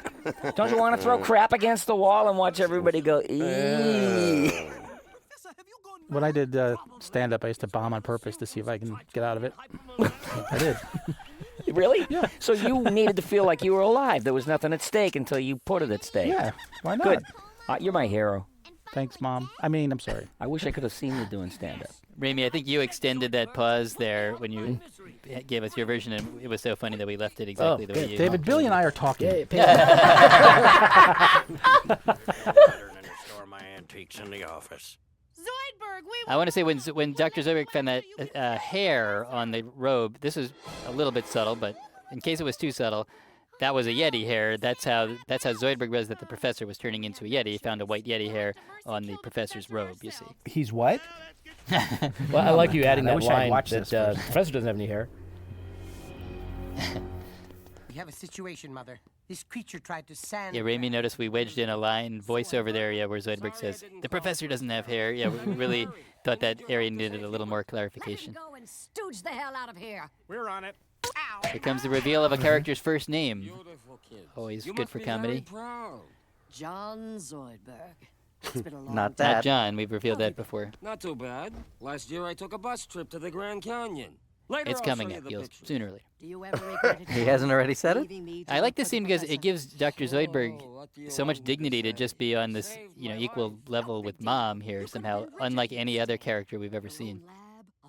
I think he said her name earlier. I think he's already said it. Oh, he said it? I wasn't It paying was when he attention. first walked in. The only thing I'll add about it is that when I wrote the first episode that had Mom in it, I named her. And I named her Edna because that's my mother's name. But then we ended up using, in the episode where Zoidberg goes back to his home planet, he gets involved with another Decapodian named Edna, so we couldn't use Edna again. So is her name Carol Mom? I guess we still have a last name for comedy someday in the future. Then Miller, which is my mother's maiden. So is Mom a gilf? Wait. Like a grandmother I'd like to... Ooh. Maybe you. I said maybe. My dad's name is Edna. All right, Raimi, tell us about this contraption here. The Murdalator. I'm blocking it all out now. Did it almost murderate you and Yeah, Alden? yeah. I think this act was like an 800-page board. Well, funny you should say that. I brought the actual statistics with me. Oh, very the good. storyboard, I would say a typical length of an active storyboard on the show is 300 pages. Does that sound about right? 250, Yes. 300? Look So at this. Act 1 of this show, 297 pages, or 277. I can't read my own writing. Act 2, 310 pages. Act 3, which is this act here with the Murdalator, 918 pages. Wow. Wow, we really laid down on Act 1. And frequently those pages have 2 drawings on them. So you drew a large percentage of all the drawings in the act, really. As a result, they Work missed it the out. holidays with their families. What's my in? God. What is that wheel 3D and the rest is 2D, or what's? Or It depends on the scene. I know we broke it down. Wow. You know, some had 3D track, some did not. I think pretty much every scene had a 3D wheel in it, right? Yeah, I mean, you might think it's easiest to just do everything in 3D, but we really have to, you know. We have to model everything, so. We have to pace ourselves. We have a really good crew, but they're not, you know, a giant crew. Well, you have to match the look of the 2D show too. So sometimes it's even a 3D thing, but it's just a held image that we pan through. We have to watch out when they're 2D characters. But Raimi's assistant, Alden, kind of spent the week before we started kind of planning this whole thing out. And he boarded, I think Alden this boarded boarded the whole thing. This I dropped in Alden's lap, and yeah, He ran. As usual, he really did a good job. Yeah, we should point out, like, before this, Raimi had the episode where all of Leonardo da Vinci's machines combined into one flying machine, and there was after a this, he has party the- with every character in it. Yeah. And yeah, what was after? And that? after this, he has the one where Bender's turning inside out and being the whole universe. Right. Yeah, we never went easy on That you. was simplicity itself. This is breathtaking. I know it sounds corny, but it really is breathtaking. This is awesome. Beautiful, beautiful, beautiful.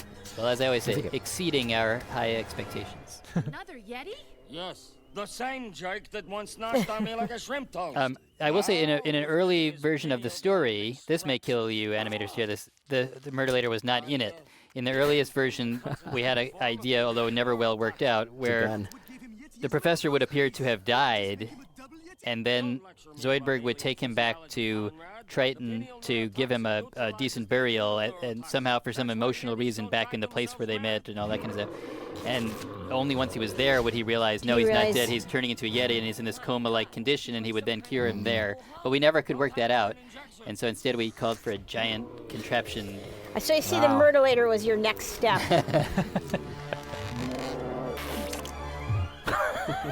Good slam dunk. Poor Zoidberg. As with all Hulk-like creations, his pants remain on, even though every other article of Oh, clothing and then they is fit torn him at away. the end.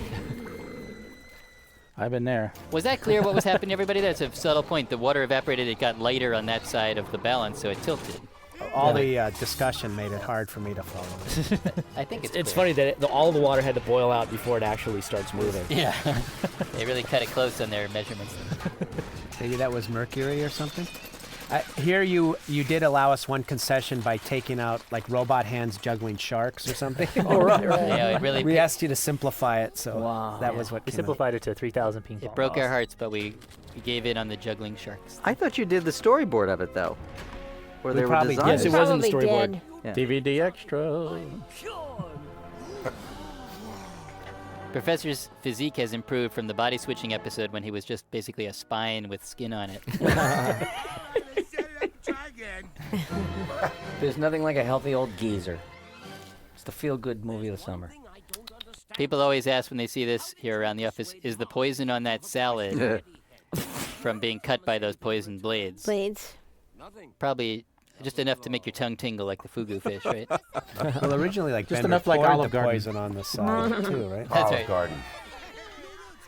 That's where I go Hmm. when I want salmonella. What? You're Italian? No. Yeah, I'm Italian. I'm Sicilian and Irish. I get drunk and beat myself up. Did I tell you I'm French, Russian, and blue cheese? Oh, really? Is this on? That's awesome. I lost my mic. Anybody? Hello? Lady? Hello? I'm amnesian. I don't remember where I came from. Casey, go. Right. Hey, that's a hell of a cast right there. I gotta say. I got a crush on Lauren. I had a crush on Chris Ting, too. Oh. Ooh, look at all these names. Oh, dear. I hope everyone liked this. Another good one. Another. Yeah, really. Thanks for not Very getting ambitious. killed by that, Raimi. I'll Watch take it it, take again. Yes.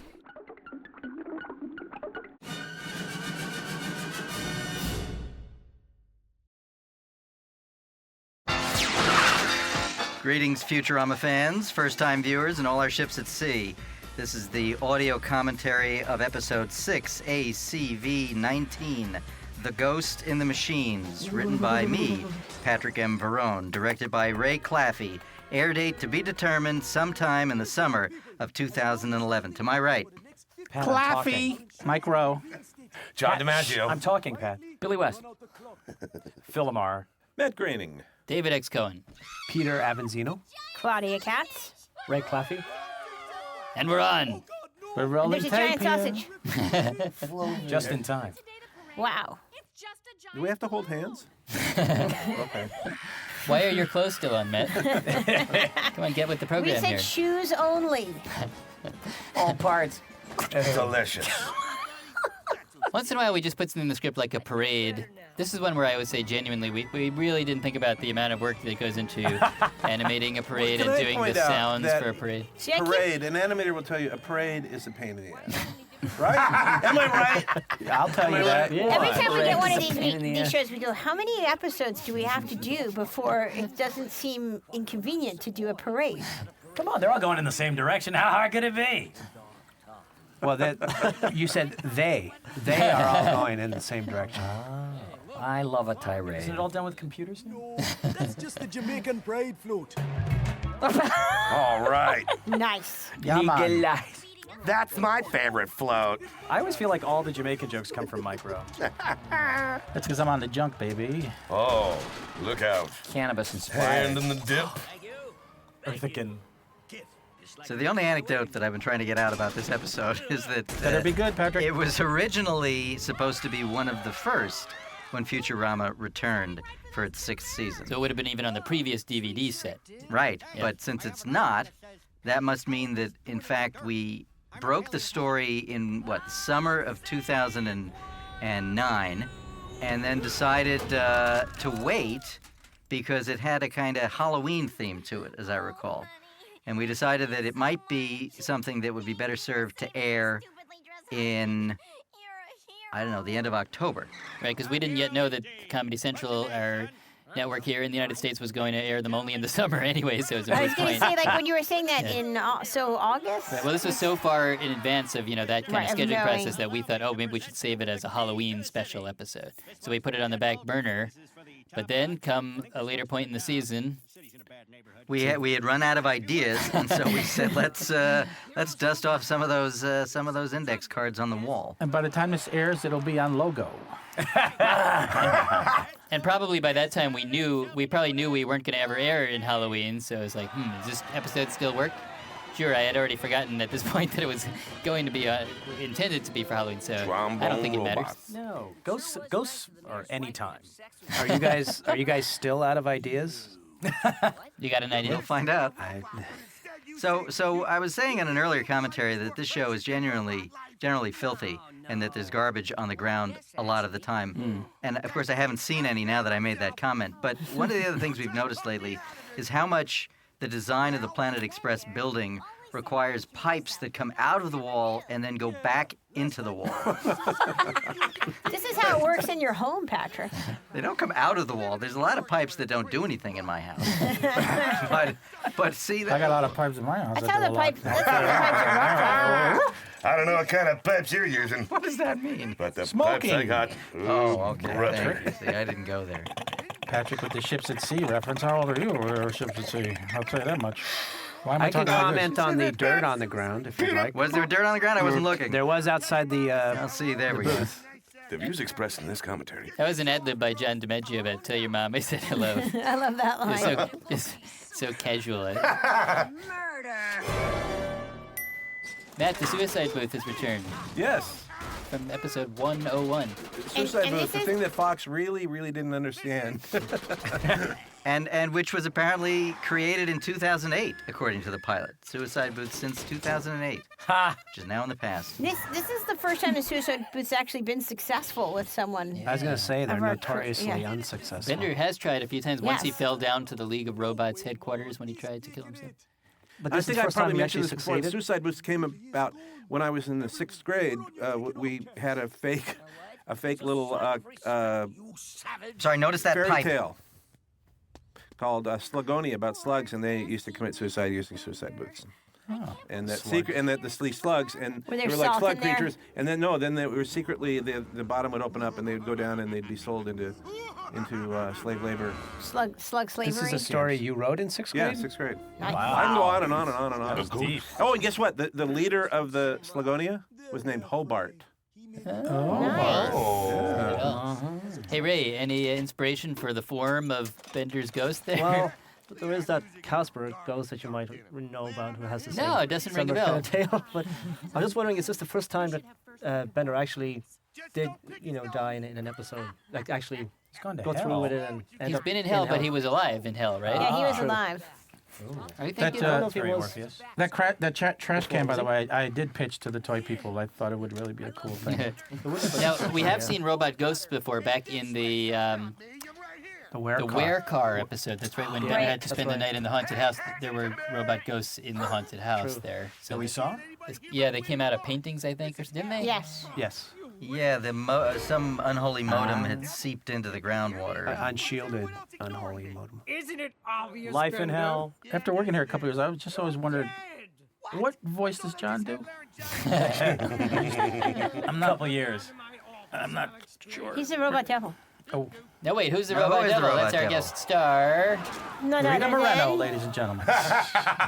Fabulous Dan Castellaneta. Yay! Hey. Oh, stop it, Why would you. you do something like that? Cut it out. Why would you say something like that? Humility. Just do the song we No, rehearsed. now why would you do that? He People could come be to see a nice circles around show. any of us. The You voice know of it. Homer Simpson for anybody out circles there who does not around know. Yes, who for Dan anyone who Castellaneta has not been around for the past 20 years. The man. Doy? Wait, a doy? Your disembodied program is now running on the wireless network shared by all So this is an episode where we tried to come up with some science for it. The wireless network, his software is free of his body. There's just the thinnest veneer of logic to any of this, but really I have to just say this is just a fun episode. It's about faith, David. It's about Also, faith. I find well, I'm Robot glad you Hell said that. makes no sense. I mean, you can just go to Coney Island and go down there, right? Most of the other robots are real robots. They're not ghosts. After all you've done for him. I could go on and on. Seriously, but I You know, won't. the other thing at work was that when we pitched this out originally, it was before we had pitched out the episode where we decided that Bender could actually die. And then the one where he one realized where he has he no discovers backup. he has Right. no- Oh, yeah. Where Right, Hermes and- passed him through the inspection. But then I was able to write it knowing that he can, in fact, die. Now, how he dies yet turns into a ghost, I don't know about.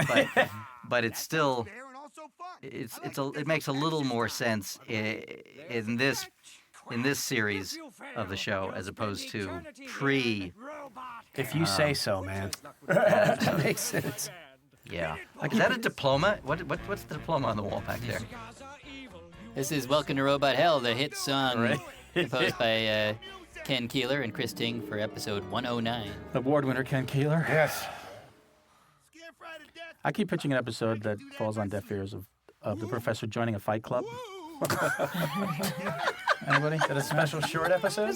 There's a line in an episode where he I like- leaves the scene because he has to go I to like how Fight Club. Fry sleeps like a little First- kid. First rule of Fight Yeah. Club. With, like, No the one butt up remembers and- Fight I just Club. like the way.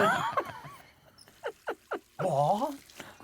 This is Knots in seeing the Fry in gut. his underwear is a treat. We've been seeing too much of Yes. Fry's naked butt this year. I like seeing the Like underwear. it better with the underwear. It's a good compromise. I like with the underwear and a little bit of the coin slot in the back. To each his Okay, own. so what's that device on the roof? I can't see it now. but- Ceiling? On the ceiling, I mean, Like yeah. a vent? It's a vent.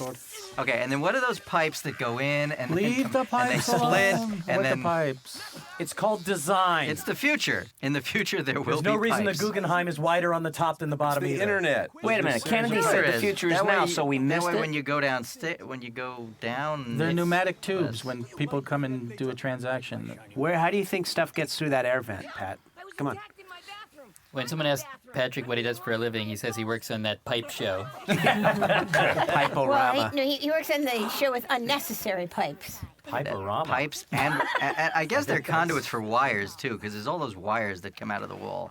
And go back. You know, the professor built this thing on his own. It's not a professionally we bought do know building. how fond of wires the professor is. Right. We're going to settle this outside. Patrick, Wireless? get dressed and get out. You wonder what that button there does, too? Oh, I want to discuss that graph that was up there a second ago that Hermes was pointing to. It was how much the use of the phrase "bite my shiny metal ass." I just want to point out that when Bender died, the use didn't just drop off sharply; it went down slowly and steadily. Apparently, one of the writers pointed that out. Yeah. I think Scruffy must say it every so often.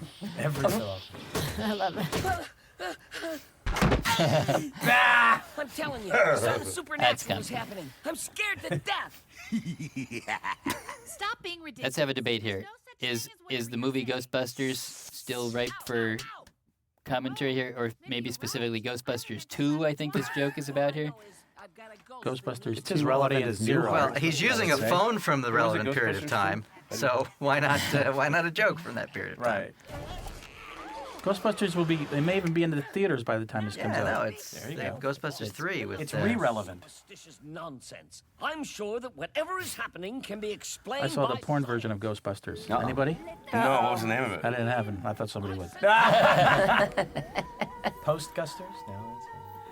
I saw Men in Back. Is that it? Oh. No, we're not going to go there. I just threw it out.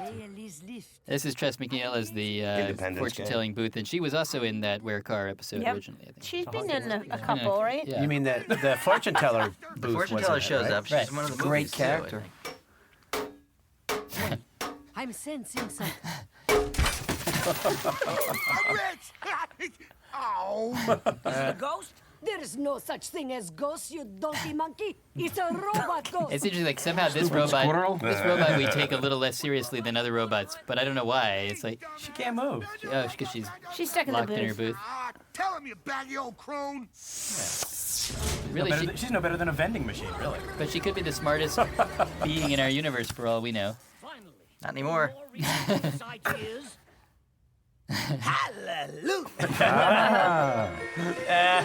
That raising of the hand was a late edition. I've never seen that. Well, Bill Lamar as Preacher Bot here. Yeah, I mean, Ghostbusters is a more song recent parody right film there. than The Exorcist. So we're. Was that a getting parody of blessed the up. Exorcist music? Yes. Yes. That's beautiful. Yeah, the bells. The tubular bells. Mike Oldfield. Leave the tubes alone. The too much macaroni sweats became a popular catchphrase at our office for a little while. Eating too much lunch. It's funny because it's true. Now remind us again, based on a relative of yours, the voice of Preacher Bot? Yes, although he was a relative when we began the show, he is now no longer. My aunt is yes, but yes, it was a real reverend, a church down in Compton. Little Rock Baptist. Nice. Carry this at all times, and the demon cannot So now that was supposed to be a combination of a steeple and a no pest strip. That's about right. I think it succeeded. I does the job. I like the acting on Bender here with swimming. It really, like how... he keeps Yeah, there's something very Casper about that. 2 steps forward, 1 step back. Ghost.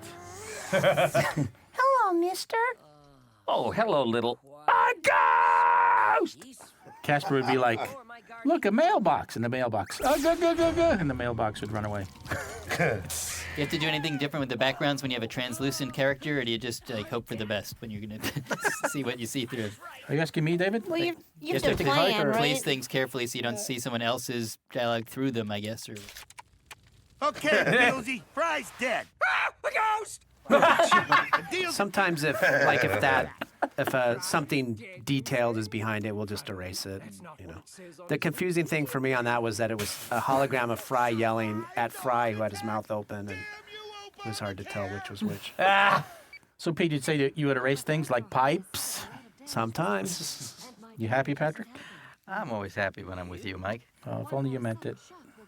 I'm not interested in these pipes at all. But now about these tubes. You mean the ones that come out of the wall? Yeah. Those tubes, They yeah. fascinate me. There's a cord. Wouldn't mind that cord. It's funny that Billy should say Ghost because originally the title of this episode was Ghost in the Machine.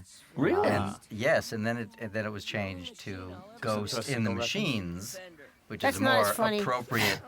Because we could not take the Sting Police song, right? The album title. And it goes back further than that. It's a phrase. It means like the soul inside of your physical being, right? Yeah. And it's a... Phil Lamar looks like he almost remembers who it's a quote from. Who is it? Arthur Kessler? That's Who what I actually said. That's what came I up just with? said. That's, yeah. Yep. All right. But I think it was Scoey Mitchell who came up. There are ghosts in the machine. Hello.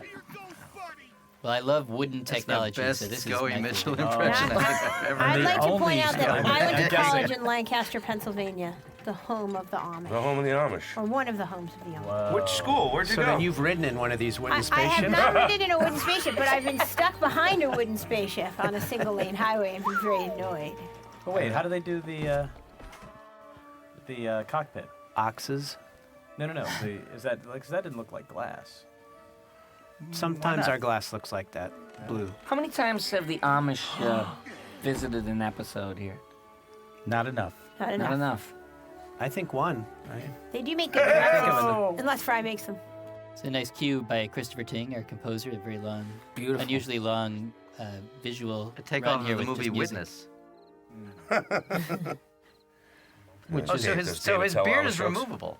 Right. Yeah, don't they give it to him when he... Yeah, they handed it to him. Yeah, but then I figured it would have grown in. Plow my field. Patrick and I were reminiscing in a very early version of the story. Fry went off to some kind of tropical jungle planet, but then we had the better idea of this Amish planet with more convey the idea of no technology. The Amish are one of the few ethnicities that you can make fun of on television because they're not going to complain. They can't admit to seeing it. There you go. Don't go there and say Amish. The They Amish get mad. Moses. Oh wait, what goes clip clop, bang, clip clop, bang? Ooh. Amish drive-by. You son of a. Hi. Are the Amish an ethnicity? I mean, they're Germanic. You would They ask. they have their own language and everything. The Amish? Yeah. Yeah, they're sort of They permuted, speak- permuted it's some Celt. version of German and something else. A language or like a dialect? Low German? German, I don't know Russian, the and blue cheese again. Yes. They own a One ton more of time. land. That was the other episode. I can do one per episode. Hoy. Lady. Is that bowling barn an actual 3D shape of some kind? A round barn there? It's geodesic. It's a 3D construction. These are like the 2D that came back didn't match our 3D at all. So even in these scenes, that's a That's just a 3D export of a still. still. So now it starts moving. Oh, there we go. There I can see Look it's at that. 3D. Now we got some production value. How did they not hear that coming? It's very light. How did they not hear Granny Hester? Jump into a machine and get his attention that way. Ah, but there aren't any machines on this planet. There's Tick one, you tock, rusty tick tock. old That dummy. ball is rolling. Rusty old. Is that a little Fred Sanford in there? Oh yeah. Yeah, a little bit. Hello, dummy. Pop. Hey, Lester, you so ugly. I bet your face and don't make gorilla cookies. Now, anyone who didn't appreciate the visual and the writing beauty of this is a perfect kind of callback to in Act 1 when the big round globe was rolling down the street and heading toward two people. Now we have the round barn. Everything came around. Yeah, that was the idea. Like Right. a callback. But was it I just wanna make sure round people or was it appreciate like If they don't appreciate that. That was... I don't know how many sides that thing had. I mean, if it was perfectly regular, it couldn't have more than 20 sides, obviously. The icosahedron has the most sides of any regular polyhedron, right, John? What do you mean? You woke him.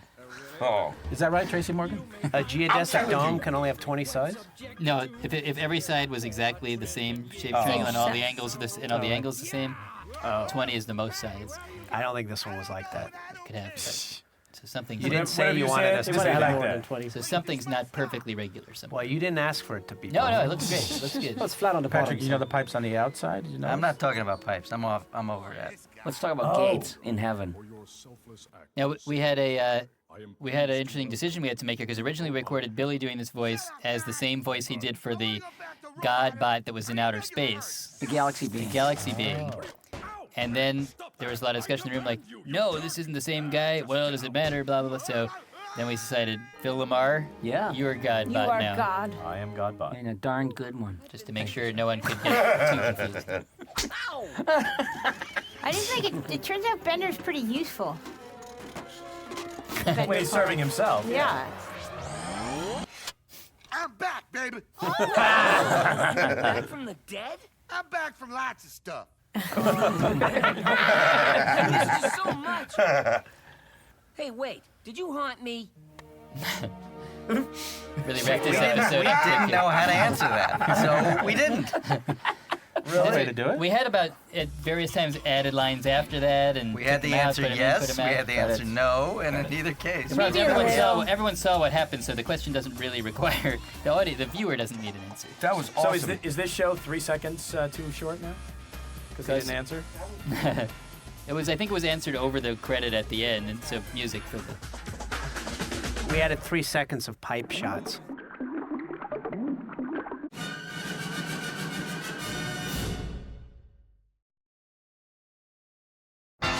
Greetings, fans. This is Futurama, episode 6AC V20, titled Newtopia.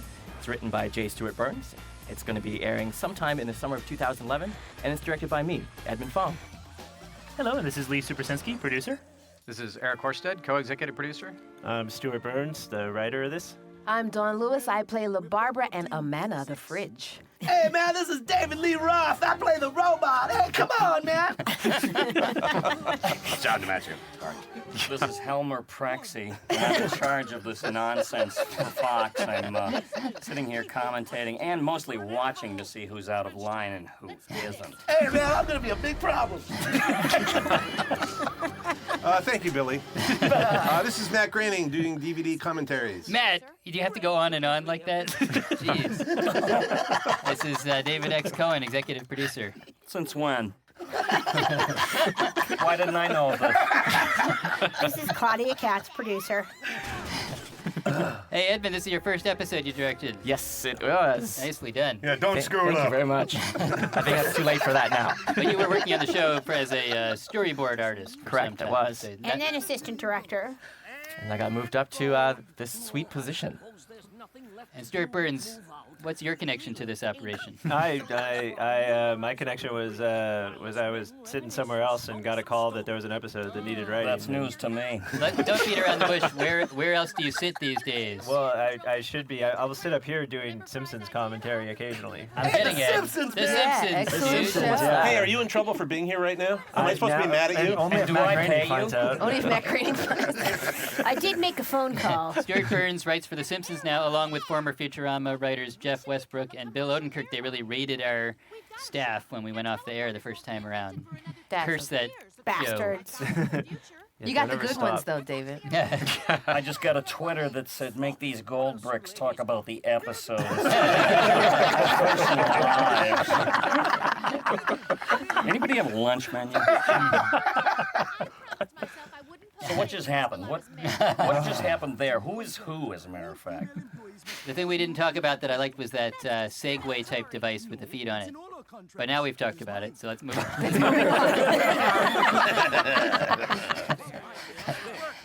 Now that's what I call fine. This is really interesting. I wasn't around while you guys were rewriting, so I've seen nothing about this show. So It's so much better now. if everyone could just be quiet, so I can watch it, that would help. Let Stuart watch the episode. The rewrites are excellent. You, La Barbara. First order of business is to... They just said my name, La Barbara. Yeah, See, I'm yeah, actually see, in there this you go. episode. I'm actually There I go, the There it sexy is girl. now. See, they always use me for my body. Wow. Those are wow. We had to widen those Hey, man. suspenders. I like those suspenders. You can take them out. Wait, you're saying you widened those suspenders? What was the starting like 'em, man. of that design? I like them. No. Dental floss. That's right, better take pictures, man. I love it. We need more of this. Bam. Hey, More Dawn, of that is Dawn, good. I don't know if you know this, but I believe Eric Horsted, sitting on the end there, is the person who made up the name La Barbara. La That's true. Barbara. That- You gave me that sexy That name. is I true. sound like a stripper. I did. It's actually Coming up on center stage, it's La Barbara. La Barbara coming up. Don't forget 2 for 1 table Come on, dances, you bums, fellas. put them together for La 2 Barbara. 2 for 1 table dances. It's Coming up also right now, sexy. it's Trinity. Trinity on center stage. Told you it would Sorry. Well, you When I was in high school, the Jack in the Box that we went to for lunch, the woman who was behind the counter, La Barbara. Her name was La Her Barbara. name was La Barbara, and it always stuck with me. I thought it was a pretty awesome name. And What she's still nationality there. was she? I think she was Hispanic. Hispanic. Yeah. Now you said La that, we're Barbara. going to get sued. And No, we're that's a getting permission sexy for that. name. I love that. See, I'm always in sexy poses on this show. Oh, yeah. Midriff exposed. Midriff And also, La exposed. Barbara was the name of a pizza place in West L.A. where I saw Spiro Agnew eating once. Holy by Wow. himself. Really? By himself. Just chilling out okay. eating the slice? What? The whole pizza. Oh, The pizza. whole Yeah. pizza. Was he headless? Was he just sticking it down his neck hole? Well, that comes later. Oh, all right. Doesn't a Spiro sound like a kind of greasy food Yes. you would get? Like, I His like voice was greasy. Spiro and I don't care. It's like a hero, Is it but Spyro? Is it Spyro Agnew? Spiro. Spyro, I was, it's Spiro. Spiro, okay. You say Spiro, I say Spyro, Spyro. Gyro, There you go. Agnew. So I thought I'd profess my love to you. I What love, are you, Billy? I love the 8-sided die hanging in the window. Who put the 8-sided die in there? That was for our game player fans. Yay! Everything else in that comic too is borrowed from the Planet Express building or other parts of the ship. Yeah. That's a glaive guisarme. That is a very. Glaive guisarme does 2d8 damage. See, every time John, for 1 year now, he's been acting like a cool guy, but then he blows it. No. Yep, 2d8, man. By getting the jokes in the show. That's it. I've got a paladin. Oh, no. This sequence was lovingly directed, it seems like. I like all these different angles on the plane. Shimby Shim did that. It's really our camera lots department. of coverage. You notice it's very cloudy, it's very gloomy. It's not the best conditions to take off in a plane. So that suggests there's going to be the cloud suggests there's going to be a space storm Well, of some yeah, a little kind. trouble ahead. Our tiny beverage service. A little bit of foreshadowing, man. Entertainment. Oh, yeah.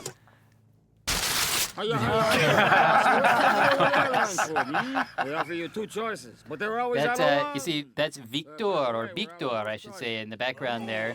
You notice with the white suit. Car sales Yeah, noted. Thunder Cougar Falcon. Thunder Cougar Falconbird? Interesting. I like that our take on air travel is like 30 years old. The screen coming down. Yeah. People smoking inside. Look at I that love the futuristic various doors refrigerator. on the overhead baggage compartments. that's You've a got manna. some- There's a There you man. go. Yeah. There I am. Oh, You're snap. taking me into the That's corner. right. You're doing the little Oh. dirty, nasty thing in the corner. So Doing the even when you play a refrigerator refrigerator, mambo. it's a sexy refrigerator. All right. You notice between Amanda and La Barbara, you still only have one vowel. I only have one. Oh, man. Oh, Barbara. And it's the same vowel. That's it. I have a question.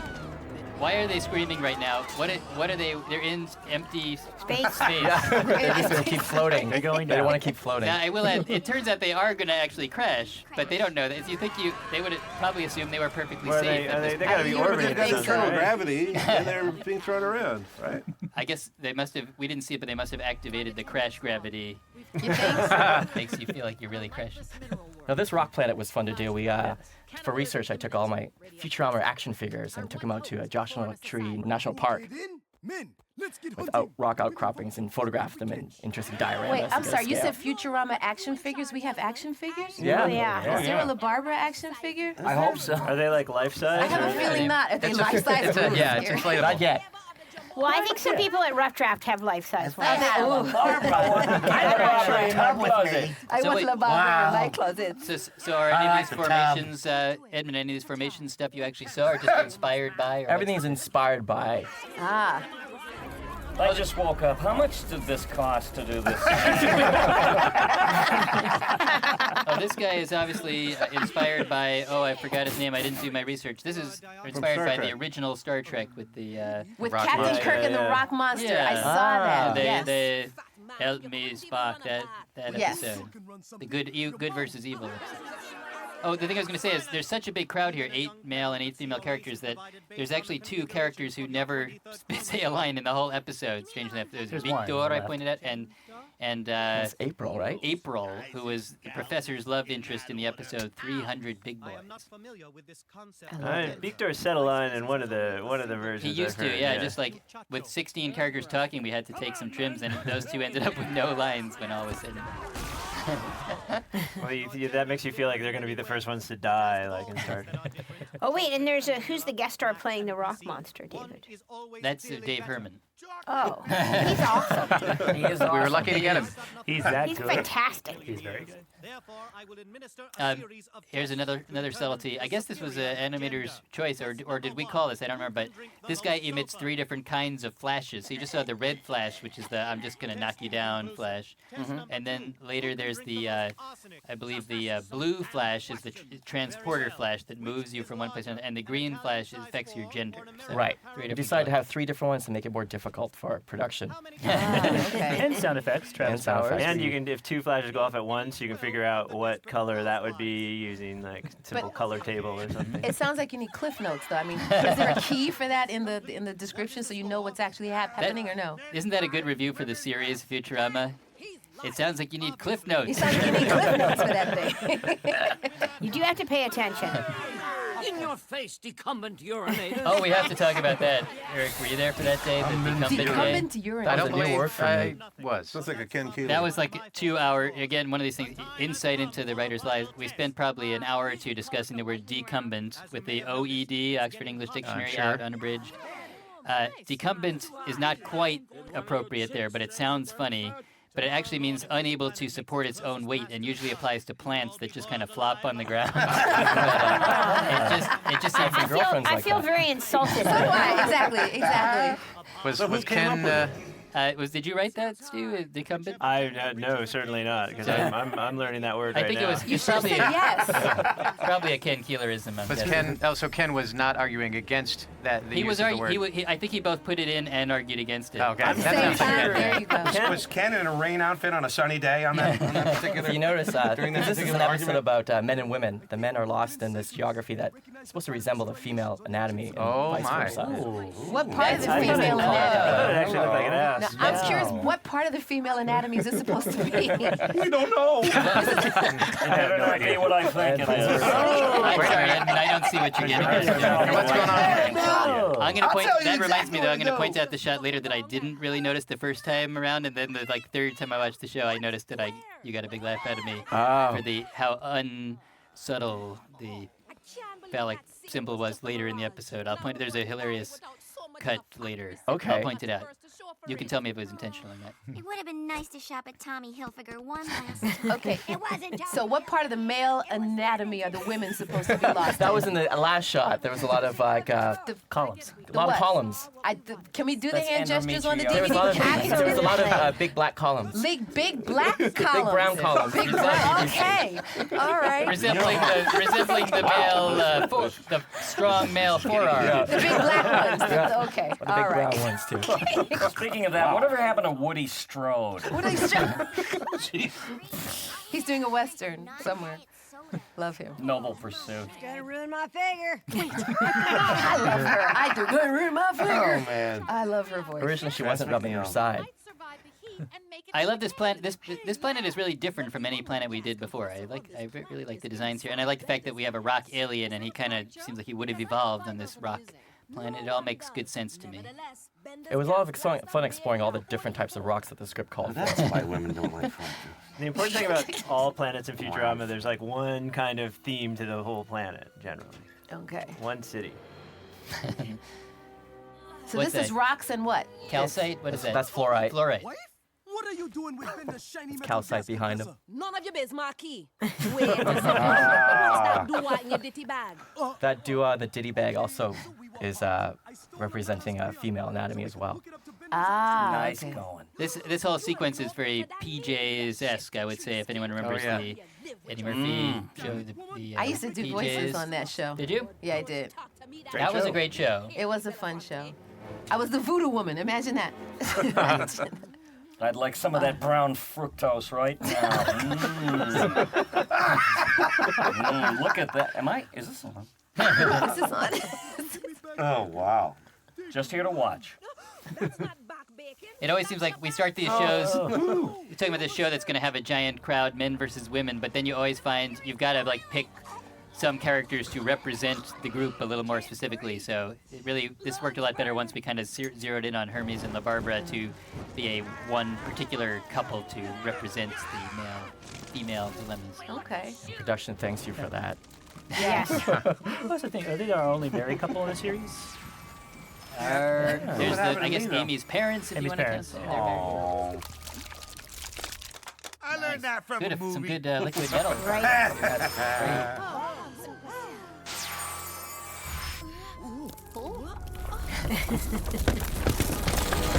I find both genders supremely disappointing. The real reason I administered this bizarre outer space test was to teach you to work together. But we don't work together. Very self-conscious. It's cool that he's so gray and kind of bland, and he shoots all these cool colors and stuff. Enough!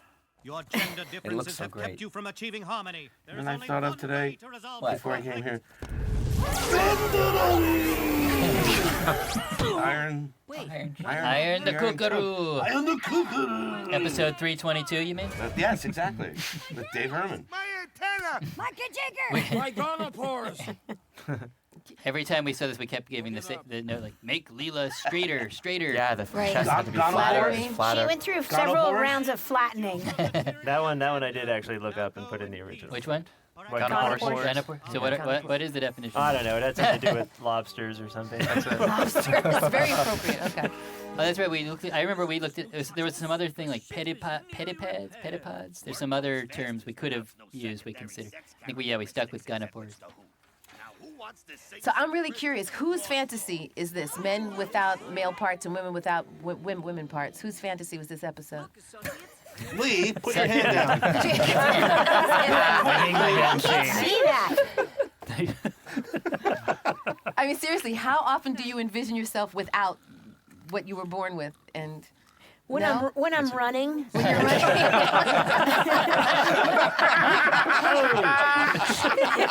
Sometimes.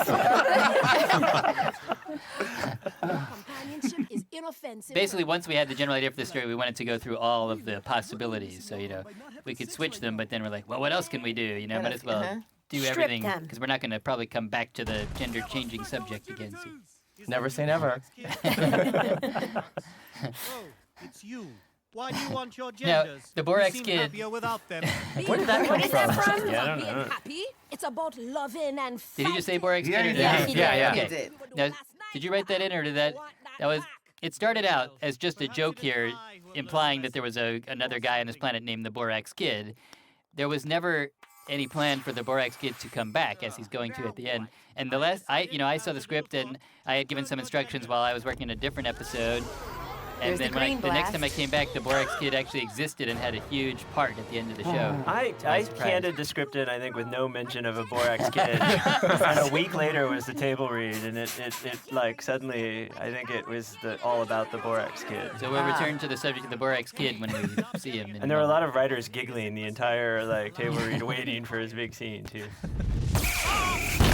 He got zapped by his own light. Oh, wow. We showed this to the crew, and I think everyone was a little disturbed by everyone's gender switch, which was the most fun to explore. So does this episode require extra heavy design because of all the A lot characters? of, Design, and I had to do a lot of research. What a guy would look like with makeup on. Is that? There are a lot of strange costumes It would out. look like if I were to put socks on my chest. This is by any chance an area where the internet was helpful for research. I love this. I'm I also- love this this. is best. This is my favorite look for Hermes. It was inspired, by Hermes. Monique. Oh, It's just so. I need my sleep. I got to get up 5 times I love a that night.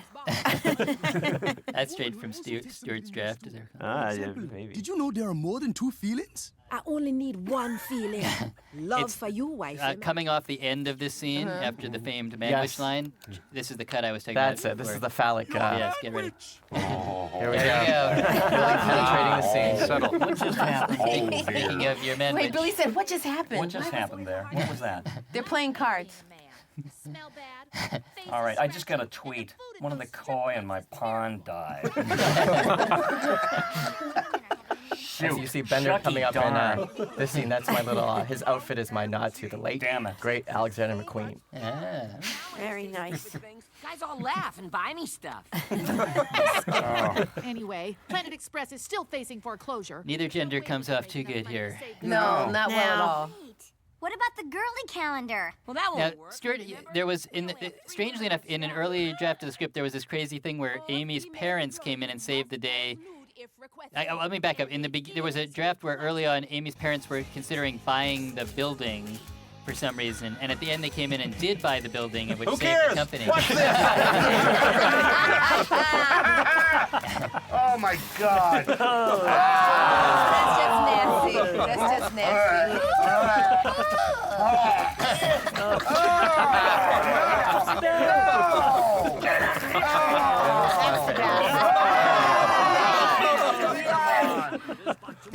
Oh, you can see the butt cheeks from underneath Yep. too. That's horrible. You can? Yeah. Oh God. The good jiggers are waving in the breeze. Oh. To make it not sexist, you have to make it guys, turn them into girls, and then you can do it. It's still sexist. No, they were guys. Sexy. It's very sexy. Who are you, stranger? Well, madam, folks call me the boy. There he is. You started out as a verbal joke and ended up the star of the show. That's Maurice LaMarche, by the way. Is the Borax kid.